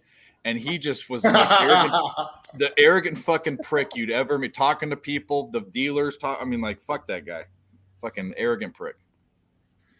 Yeah, I hate to say it, but Too Short wasn't that nice to me. I was actually living in a condo with a female, and this is why I first came out to Vegas. And I'm like, is that Too Short? And he's like right out there, and he had like a couple hoes with him. And I had a black girl with me, and she was bad as fuck. And I don't think he liked that. I was a white dude that had black girl than both of his bitches. He wasn't rude, but he just looked at me like, "Who the fuck are you?" And I was like, "Oh, short dog." And my girl at the time was like, "Go Ty, Too Short, Too Short." I'm like, nah. I was like, nah, that's cool. But you love him. I'm like, nah, that's cool. Like Too Short, my first CD I ever had. Get in where you fit in. So I love me some Too Short. That was the first CD you ever had, was Get In Where You Fit In? Yeah. Damn, I'm old as fuck. Yeah. Fuck. Yeah. But I'm talking about CD. Like I had tapes forever, But like the first actual CD, I think I was like in 5th grade, and my homie gave me the Get In Where You Fit In, and it was maybe fourth or 5th grade, and it was like all black with the blue, and I was like just bumping Blowjob Betty and all that shit like nonstop. Get in where you fit in. Yeah, and then the song I listened to every day, like from 6th, 7th grade, was Getting It. That's the track where it's getting close to the end, y'all. And then he comes out with like 10 more fucking tracks, bro. But that shit, Getting It is classic. Shout out to Too Short. He's an older cat, he wasn't liking that I had me a bad one. I don't hold it against him. He wasn't too rude, but he definitely wasn't too polite to your boy. But yeah, man, we had a beautiful thing here. We grinded out. Most people, you do come to Vegas, you grind out, you see people you will run into. It's just a matter of time. Everyone comes to Vegas. Some people are cool as fuck. Some people are just really think they're that important, and it's not really like that. The big thing was like all my homies from the Bay Area. The big thing was to go to Vegas on fight night, and we'd all get like pimped up in little pimp suits and shit, and like meet up. Like I'm coming from LA, they're coming from the Bay. We head out to Vegas. Where the fuck did Dutch go? But yeah, that was the shit though. Yeah, fight night. I always mess up. But I'm telling you, when I always see him is down as they're in the USA summer Olympics. Like they always come here. All the best players come here, and they just hang out and they go out to the clubs. Or when they lose, like when they lose in LA, Memphis. I remember Randolph, all them boys. They always come straight. They take a flight straight to Vegas and just want to say fuck it after they're eliminated. I almost got to a fight with T.I. at Dre's, the old Dre's, when it was at it's still at Buffalo Bills. Yeah, now it's the Cromwell though. Cromwell. It's super nice now. Actually, it's still small like that, but it's like a 4 or 5 star property now. But so Dre's used to be downstairs, the after hours Dre's. Now it's upstairs with the fucking by the pool. Shit. By the pool. I remember that shit though. That shit was so tight. You go there like 5 a.m. downstairs at Dre's, and everybody was so fucked up. It'd be so. Yeah, that was the after spot because everything else was closed. Dre's is just starting. Like all the chicks were yayed out, so because they were going to sleep. So I was gonna say if you're there with the chick that you either met and you're still trying to fuck, you're feeding her drugs, or you're like with your boys and you haven't found one yet. So you're like, I'm gonna find one here. God damn it! But that's usually Dre's would be where you go after you got that girl. You're like, hey man. we've almost closed the deal, but I need probably 1 or 2 more hours. I met the baddest Asian chick ever at Dre's, man. And I ain't really never been with an Asian chick. I just always had like a little curiosity. Bad Asian chick. And she was already down, ready to go back to the spot. And like when Dre's lets out, it's like a madhouse, like leaving like this door, that door. And I lost her, dog. Like, how you lose? I lost her. I lost her. I ended up outside of Dre's with like a bunch of people talking about where can I buy the weed, and I'm looking for the Asian chick. Gone. Gone. You were at that diner there that used to be after midnight. They used to have the $6.99 steak and eggs. Remember that at Bill's? What the fuck place was that? Anyway. I wasn't trying to eat, though. I was trying to. Yeah, I know what you're talking about, but I never ate there. Like Bill's was. No. We if you were drunk and you had failed and you're coming out of there, it was a cheap steak and eggs. It was okay. I mean, is it on the right at O'Shea's? No, it wasn't at O'Shea's. This was at Bill's. Okay, it was actually at Bill's, yeah. And O'Shea's was awesome when they used to have even though it wasn't a good game, when they had the poker game on the strip, like on the fucking sidewalk. Yeah, I remember that. Yeah, that was at O'Shea's though. Yeah, with beer pong. Yeah. Oh yeah. That's I go there late night and just people walk by. It was cool, man. Like it was you always some nasty motherfuckers around you, you know. But hey, it was cool. Man, we vibing out in here. Our boy Dabby Cab went 2-0 today. Hit the Mets first 5. Plus 100 and plus money on both of these motherfucking looks. Good shit, my dude. And our collab, our first ever collab. We've been doing a lot of shit together. And we had to come together with a collab with the Jaylen Brown over 2.5 3-pointers at plus money as well. Shout out to our boy Dabby Cab doing this thing. Said he was going to be here. He fucking lied. Hipster Jesus, I see you, my man. Good to see you, my man. No, he's doing things with the family. Shout out to Ashley. Happy Mother's Day to her. And the kids, my man. Real Deal Prime in the building. We appreciate everybody vibing out with us here on a Sunday. We know a lot of people have shit to do. So everyone that did come through, it's muchly appreciated. And I believe we rewarded you guys. If you listened to us pregame, gave you money. Gave you money. And then, of course, nothing official here on the live bets, but we definitely led you to where the money was going in that aspect. And the chat was fire as always. Bringing not only, the vibes, but really good looks, not only on the MLB, NBA, is of course, the NHL, all the way around, man. We appreciate it. Let's get to it, though. Let's get up out of here. Also, go to Prize Picks. If you're a degenerate gambler, you should be on Prize Picks, especially if you don't have like access like you do to me in Vegas, like where it's all around.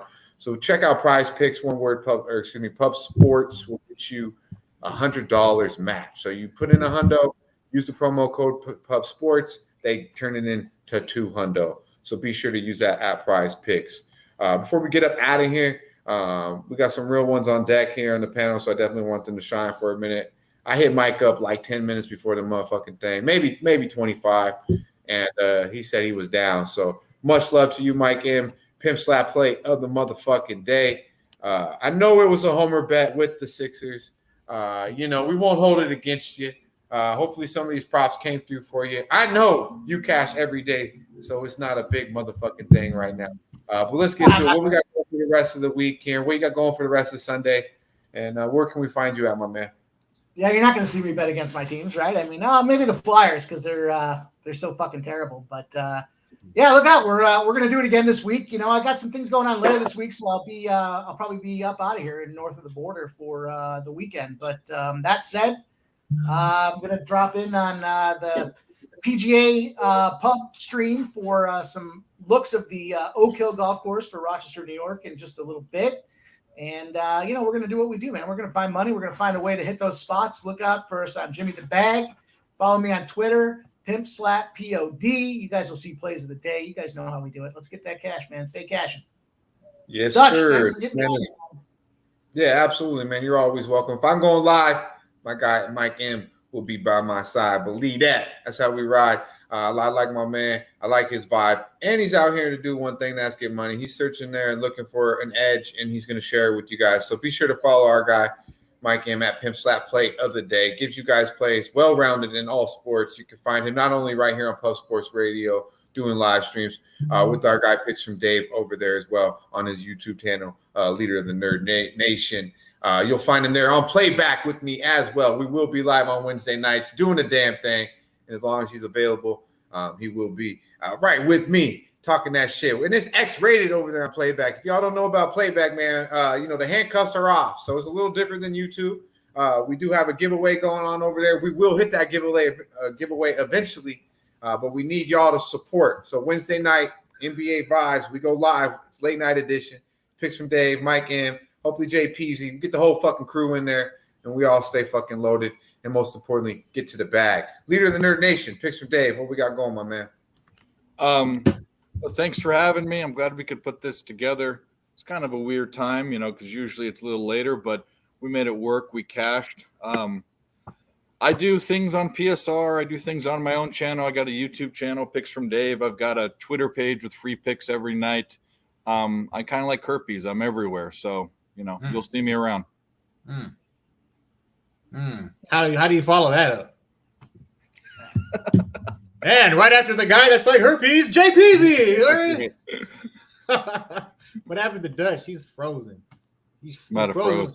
You frozen with that comment. Dead in his tracks. Put him on ice. You started talking about herpes. Crazy.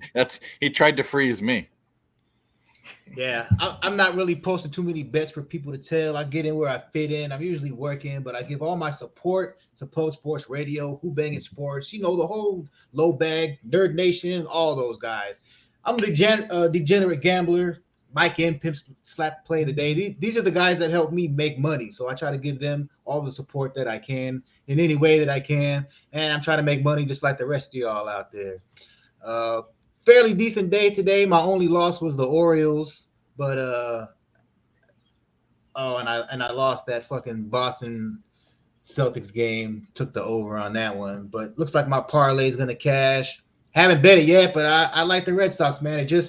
Line just moved against me. It went from plus 107 to plus 110. That means if it hits, I make a little bit more money. That's what I'm probably gonna do, and I'll live bet the Red Sox over if I get under 10. And that's it. All right. Well, I don't know if Billy, are you still back there, buddy? Billy Briz. Hey, big show. Dutch is out of here. You wanna hop in and take the controls real quick? Let's say us out of here.